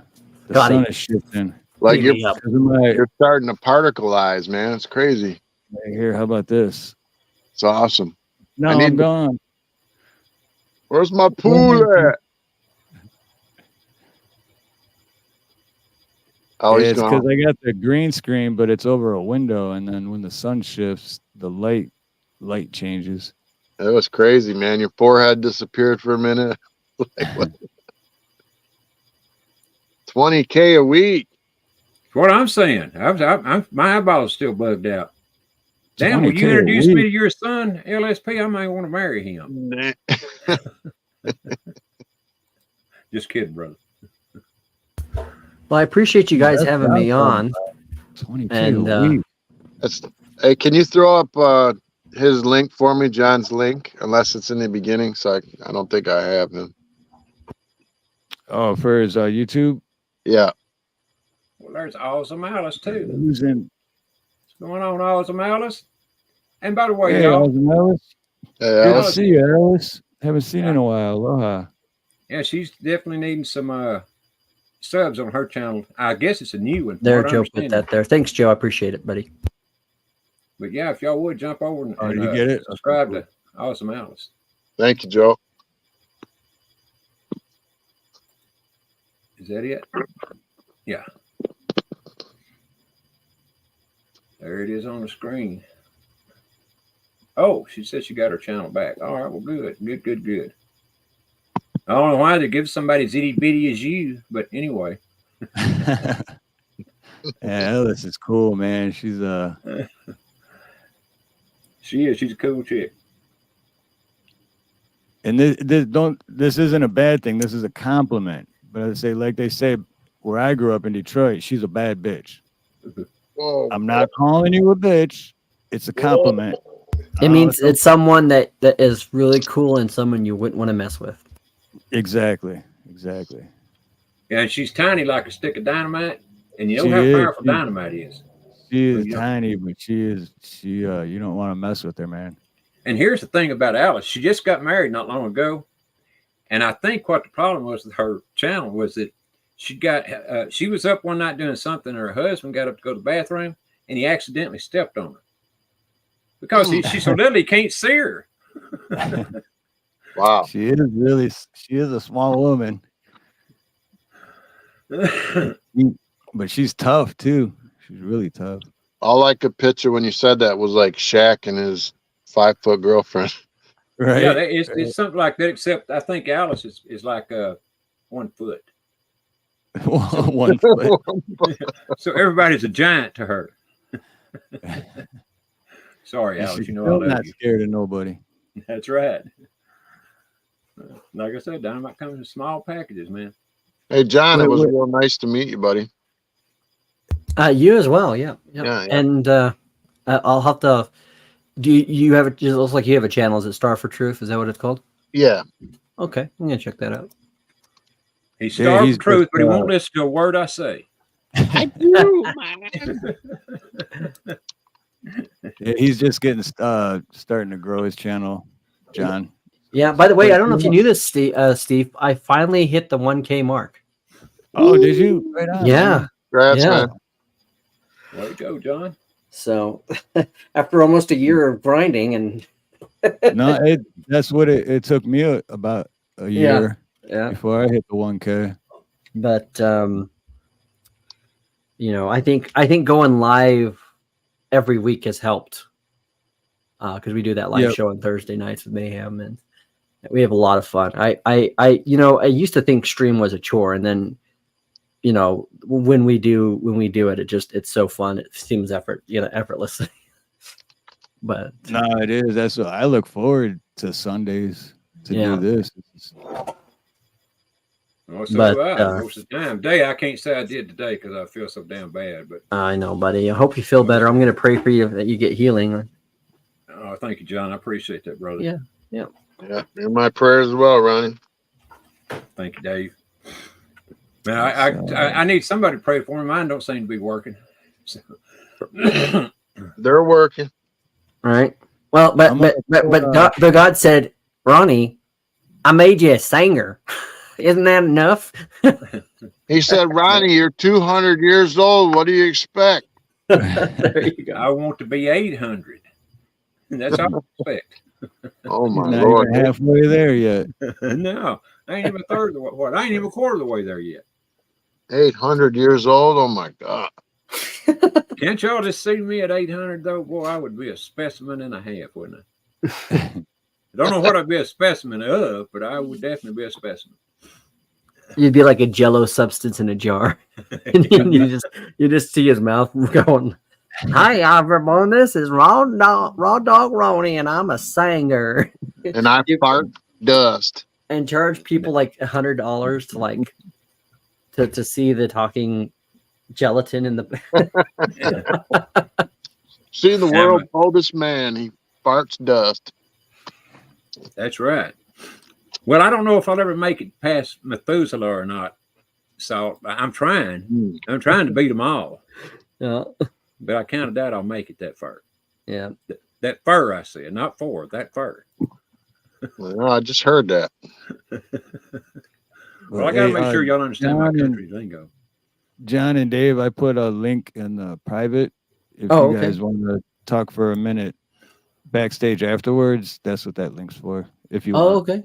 Is that like your backstage room then on there on the StreamYard? Okay. Cool. Yeah, my backstage one. So, cause He keeps trying to take me backstage. I keep saying no. come You know what you want. backstage. Come I like it. backstage. I don't You'll be want working- one of those rituals, and I don't want to be in the club. That's what I was just going to bring up. You read my mind. Yeah. Don't be wearing a dress. Don't be going out on the stage naked. And don't be don't do a music video with Illuminati. That's usually a No. big sign that you've been in. To start my show with the ritual, all dressed in red. Yeah.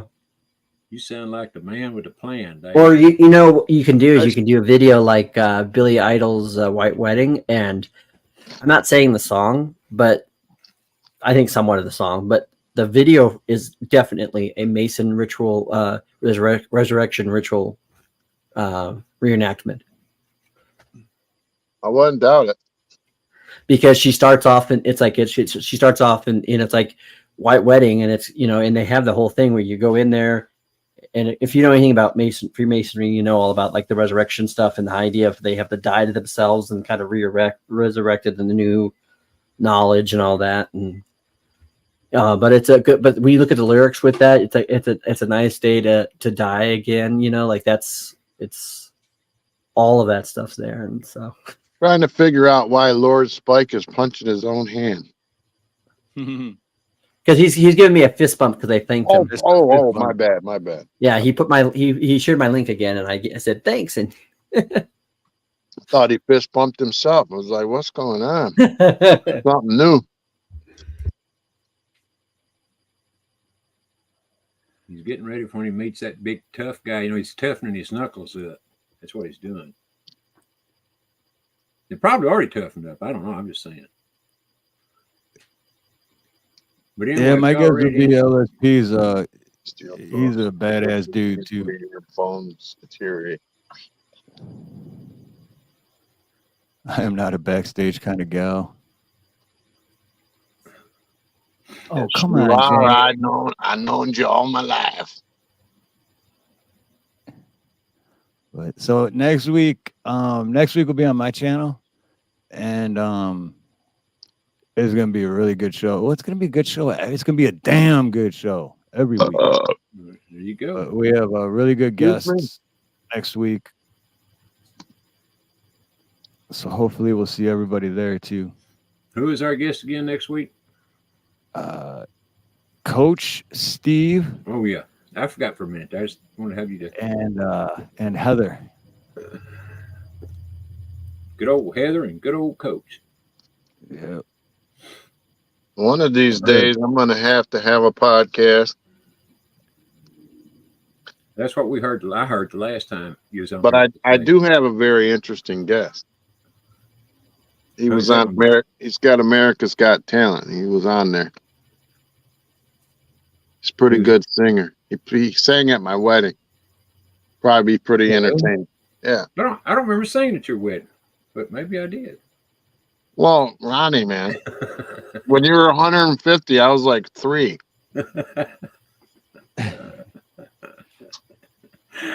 I got you, Dave. There was I'm working on this one, so I'm not promising it, but I'm working on it. And so far he's agreed, but in a few weeks I'm hoping we might have a guest. He's a comedian. I don't know if anyone's heard of him, but Tyler Morrison. Okay. But That'd be he's a good show. pretty funny guy, so it's not set in stone yet or anything, but so far he's agreed to it. We just gotta talk back and forth and see if we could work it out, which would be awesome. Oh, we lost John. Yeah, I think he had already said. Yeah, he said bye. You said Oh, goodbye. did he? Shoot, my bad. I didn't know he was leaving right then either, but he did. So. But anyway, Well, it's good because I'm ready to end it anyway. Yep. where are we Yeah. at time? We're at 2:09. 209. Almost 2:10. Thank you, everybody, for joining us today. I know we could have had better guests, but hey, what are you going to do? I mean, we had to scrape the bottom of the barrel today. No. Ronnie. Thank you guys for Sometimes coming you on, gotta man. do what you gotta do. That's I'm glad right. you got your power back, Ronnie. Oh, yeah, I got it back. I don't know what I did with it, but I lost it somewhere.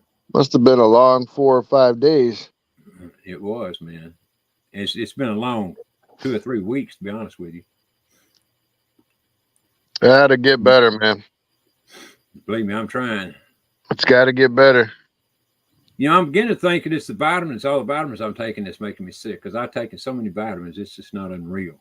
I mean, Probably destroying your liver and kidneys. Drink a ton of water.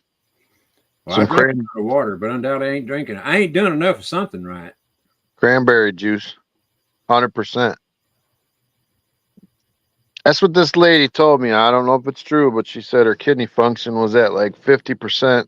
She drank raw carrot juice and cranberry, like 100% cranberry juice for about 2 weeks. And at the end of the 2 weeks, she was up to 90-something%. Cranberry juice is very good for kidneys. Yeah. Kidney infections. Not the fake stuff. It's got to be the 100% juice. I've used it before myself. It's been a long time ago, and I hate that stuff. But I hate it too, but it works. Yeah, it does. Well, Steve, Dave, I guess we'll see y'all on the next go round. You got any closing thoughts? Right on. Well, y'all go ahead with y'all's. I ain't got any. What? I never have any closing. All right, my closing thoughts is I think everyone who puts toilet seats down is whacked in the head. That's mine.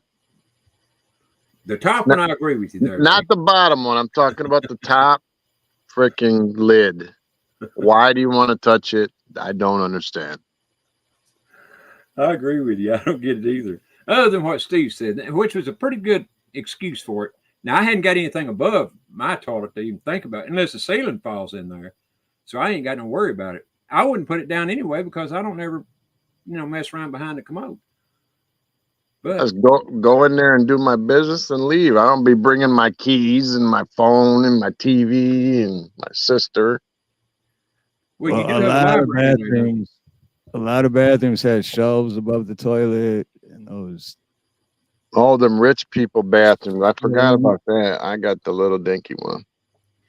I got to ask you one question before we go, Steve. And as you know, I'm living in a trailer house.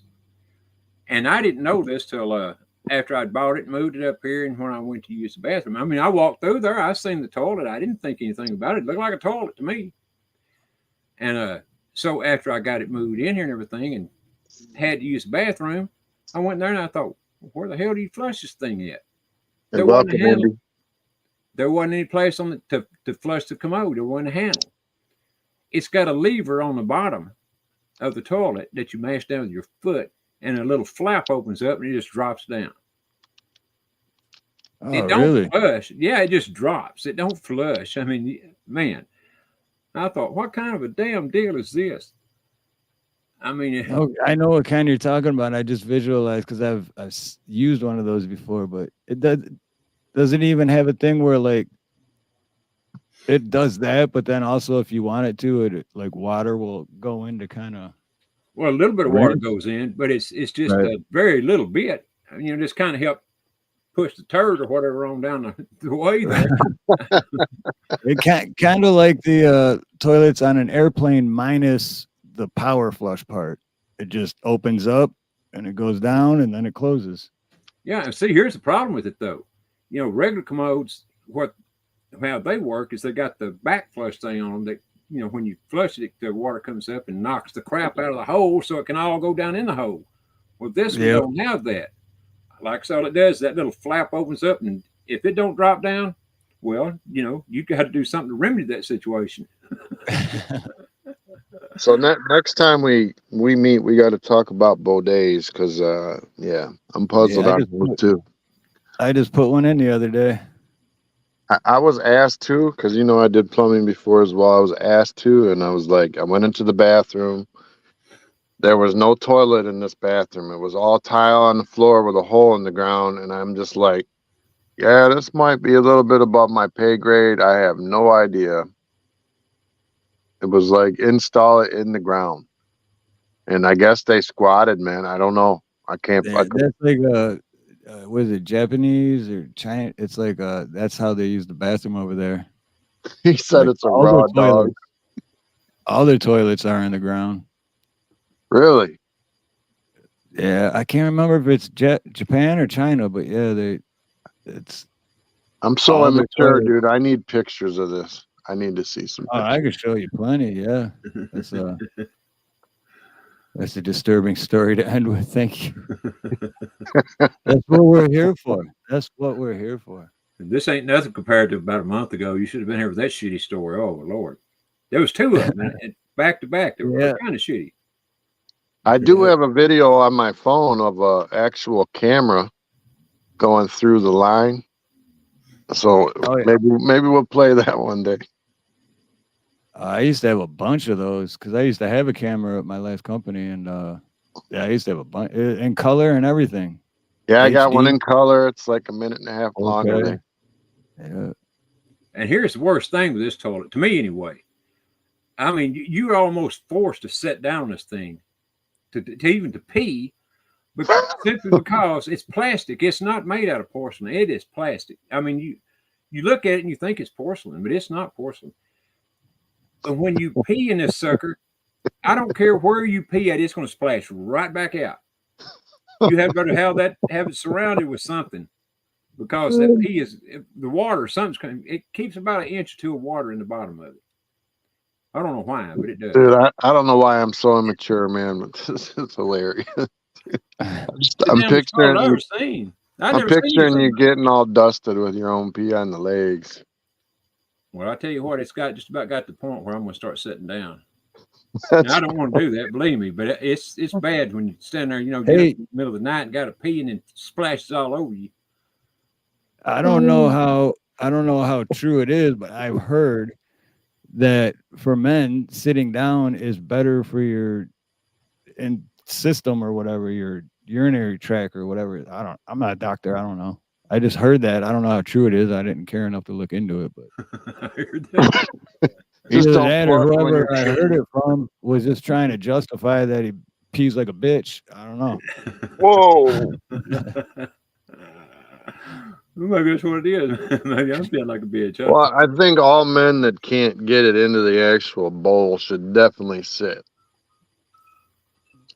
If you're drizzling and dripping, you gotta sit. I don't think there's a difference, man. I don't. I guess I don't care about it enough. If a guy sits down or stands up to pee, whatever, man. You gotta go. Do it how you gotta do it. As long as you're not that one guy, in the bathroom at the football game that drops his pants to the floor at the urinal to stand up. I hate that. Like, what do you do? Like, you're a grown ass man. You're not 5. Yeah, but they literally drop their drawers and their underwear to their ankles, and they're just standing there. And me, I'm so immature. I just bust out laughing. It is funny. I'm just like, bro. I walked into the forest. I tried to go to the bathroom. I walked into a forest. Like, what is going on? I want to take a video too. I used to see that a lot at when at Detroit Tiger games, but at Tiger Stadium, not Comerica, but remember Tiger Stadium? Oh yeah. When they had those urinals, like you walk in and just a bunch of tubs lined up on the wall, and you just got like 20 dudes just all standing next to each other pissing. Yeah, especially drunk. You always had that one guy leaning real forward. You knew he was already like up against the porcelain. It was all coming back on him. You know that one guy, he can't stand up straight. He's kind of in the middle like a bow and arrow. and you're like, oh my God, dude, you are in the toilet.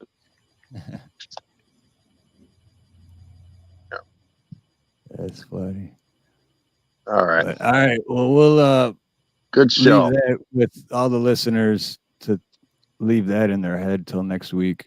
Yeah, be thinking about the bow day this week, people, so you can tell me about it. Everyone I've like, not even just the actual bidet, but they got the toilet seats now that you can put in, and it's a bidet, but like a cheap version. But anyone I've ever put in either kind, and I've gone back to do more work later, every customer has said, "Oh my God, I can't believe I went my whole life without it." You know what I mean? So I just need an explanation of how the water does not get on your legs and feet and stuff. That's all. I don't even have one yet. I've installed many of the toilet seat kind bidets, but you know what? I might get one because you can get one like $40. One of the toilet seat kind. I asked for one for Christmas. I'm not kidding you. And I got to get one just to find out because I'm curious. But it's been in the box for 2 years because I don't know, man. I just look at it, I'm like, nah. Oh, you do have one? Yeah, it's been in the box 2 years. I wouldn't even know how to begin. Send it to me. Hell, I'll use it. If you're okay. Put it in. All right. Everybody support Ronnie. Send him a bow day. It's the kind where you don't need the electrical, because there's a toilet seat kinds where you don't need electrical, and then a step up, it's still a toilet seat kind, but you got to have an outlet close to the toilet to plug it in for it to work. And then the next step after that is the actual bidet. But oh, you remember here about a month or two ago, Steve, when I was telling you about the smoke that started rising out of my breaker box? I don't know if you probably don't remember, but anyway, that is what caused my electricity to go out last week. That somehow or another, this wire, it was wired into a breaker, and it had a wire nut on it, and somehow this wire nut, I never even thought about going into that thing, but the wire nut somehow got against a piece of metal, and it just melted that down. There ain't even no side of the wire nut left anymore. I mean, it's gone, but you can see where they had it screwed on there at. It melted that damn wire nut plumb off there and knocked out my breaker. And you can't, a trailer house, I'm finding out real quick, you can't just go to the store and buy something. You got to order the damn thing. So that's why it took so long to get my electricity back on. Man, if I was there, I could have fixed it quick, bro. I did about 40 rehabs on those mobile homes. Did you? I wish the hell you'd have been here. Yeah, there's like a whole store about 5 miles from my house. It's like a complete store. They got everything, the doors, windows, all of it. Man, I don't know where he got this thing from. I know he had to order it, and my manager here. But, I mean, it's just so weird the way it happened, because there ain't nobody been in there, at least not since I've had it. And somehow or another, this wire takes it upon itself just to go bend over against lay against a piece of metal in the breaker box. And that's why the smoke was coming out that day. But no good. And then what? It blew out like your main circuit or something? And that's what they had to order? It blew out that one breaker. I forgot now what the breaker's to. I had to get over and look. But yeah, everything went out. I didn't have TV. I didn't have shit. I mean, nothing. Nothing, man. You were practicing for when they shut the power down everywhere. Yeah, I guess so. I got in some good practice. It was the damnedest thing I ever seen. But the first thing I thought about when the electricity went out was that damn thing is smoking again. I got it and looked, but of course it wasn't smoking. I don't know what caused it to go out then, because it didn't. It already burnt. I don't know what the hell made it go out, but it did go out. And maybe a spider got in there and made a big web or something. Well, he had been off a big spider because he moved them big ass wires, over against the metal. You know what you see a lot out here? I've seen a lot is the little lizards, the geckos or whatever. Oh yeah, everywhere. And I've taken like light switch covers off, and there'd just be skeleton of one of those things just all right next, like that thing fried. Yep, these wires are almost about half as big as my little finger, and so, or a man's little finger. That's like that's a 220, isn't it? Or are you talking about a ground? No, this is it's just well, it's two breakers in one. It's a 15 on one side and a 20 amp on the other side. Oh, okay. And again, I don't know what the hell it goes to. I forgot now. But anyway, those Not your wires. toilet. No, definitely not my toilet. It's to the new Baudet. We just ordered you. I think it has something to do with the, what do they call it? ESIG, you know, the plug-ins, you know, where they got the little. Oh, GFI. Yeah. GFI. I hate them bastards. They're about as useless as tits on a boar hog. I'm telling you, man. And after I got the breaker, or after he got put in and everything, none of my plugs on this side of the house still work on, well, that side over there, because the GFI thing in the bathroom has gone out. Now I got to get another plug in. And those are, if those trip too, it's a bitch to push it in to reset it because it's so dang small. And yeah, I usually have to use like a flathead screwdriver or something to reset them. Oh yeah, you have to, but this one you can't push it in. I've tried 1,000 times; it just won't go in. 18, how are you? That's yeah, wow. But I'm just glad I'm still here, man. It could have fried my butt while I was asleep some night, you know. Could have been a rat. Spike said it could have been a rat. Could have been a rat too. Yeah. Wasn't no rat. I mean, if it had been a rat got in there, there'd have been turds or something around. There wasn't no. Well, I'll be nice. There wasn't no droppings or anything. I got a crazy story. Me and my wife got married, got a washer and dryer used. One day our washer was working, but we just kept smelling this foul odor. We thought there was like something dead inside the wall. We checked the ceiling, the wall. We couldn't figure out where it was coming from. I ended up taking the front off the dryer and the washer, and there's a mouse in there. And it put one paw on the positive and one paw on the negative, and it had fried itself. Dang. So our clothes smelled like just rotten for weeks and weeks, and we could not figure it out. Finally, we find this mouse just fried. Yeah, that's the worst, man, when you got a dead rodent like that. And I know the smell too. And imagine as it's decaying, right? Because it's only frying when the machine's running. So the rest of the time it's decaying, and then it's heating back up. It's like, we were like, what? Take a bath, take a shower. What the hell happened? Yeah, it's kind of funny you mentioned that, Dave. My daughter and her husband, this has been several years ago, but they had just bought a new washer and dryer, and they were in a brand new home now. They've always had a brand new home. Hoity-toity, you know. But they bought this new washer and dryer, and they had a mice getting in somewhere. One of them got up inside I think it was the washing machine and dryer, whichever one it got in, and died.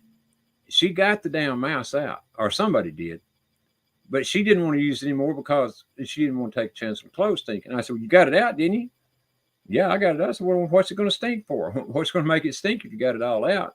And she said it was still together, you know. She just lifted it out of there. But she gave me that. It was just a couple months old. Brand new washer and dryer because a mouse got in it. I took it home, cleaned it out good, and man, we used that thing forever. I mean, but it was in her head. It would. I kind of get where she's coming from. I'm kind of the same way. It'd be stuck in my head, and I'd just be like, I just keep thinking that, even though it doesn't affect it at all. You'd be scared every time you put your hand in your pocket of your pants after washing them. Oh, you just got to understand my daughter. She's all hoity-toity, you know. So, I mean, if you know what hoity-toity is, what I'm meaning is they're pretty well off, you know, and so they're not going to take a chance on anything that they don't have to take a chance on. And there's very few things they have to take a chance on. I'm kind of jealous, you know, in a way, but in a way, I'm glad they like that because otherwise they'd be running me crazy. Want to borrow money or something. That is true what LSP said. If you're installing the GFI, make sure you get your line and load correct, because for sure. Yeah. Well, I won't be the one installing it, but I'll be sure and tell them that, whoever does it. And don't ever put a GFI in your garage like me. Because half your house won't work, and you'll be looking all over the place for hours and won't understand why it's not working. Yeah, And you you know, go back out to the garage and you go, oh, the GFI's popped out in the garage. Oh, there's a guy called me back when I was doing handyman work. He said, man, I'm into trying to get some work done out in the garage. He said, I can't get my saw to work. He said, I don't know what's going on. He said, I don't think I got any electricity at all. So he lived about 10 miles from me. So I go to his house and he's out in the garage. Then, still trying to get it to work. And he has this GFI plug, right? That's where he had his saw and everything plugged into, And I said, well, have you checked your GFI, whatever the hell it's called? He said, well, I checked the what? And I pushed the button and it was all went to working. It pissed him off. He had to pay me for coming all the way up there to push that damn button.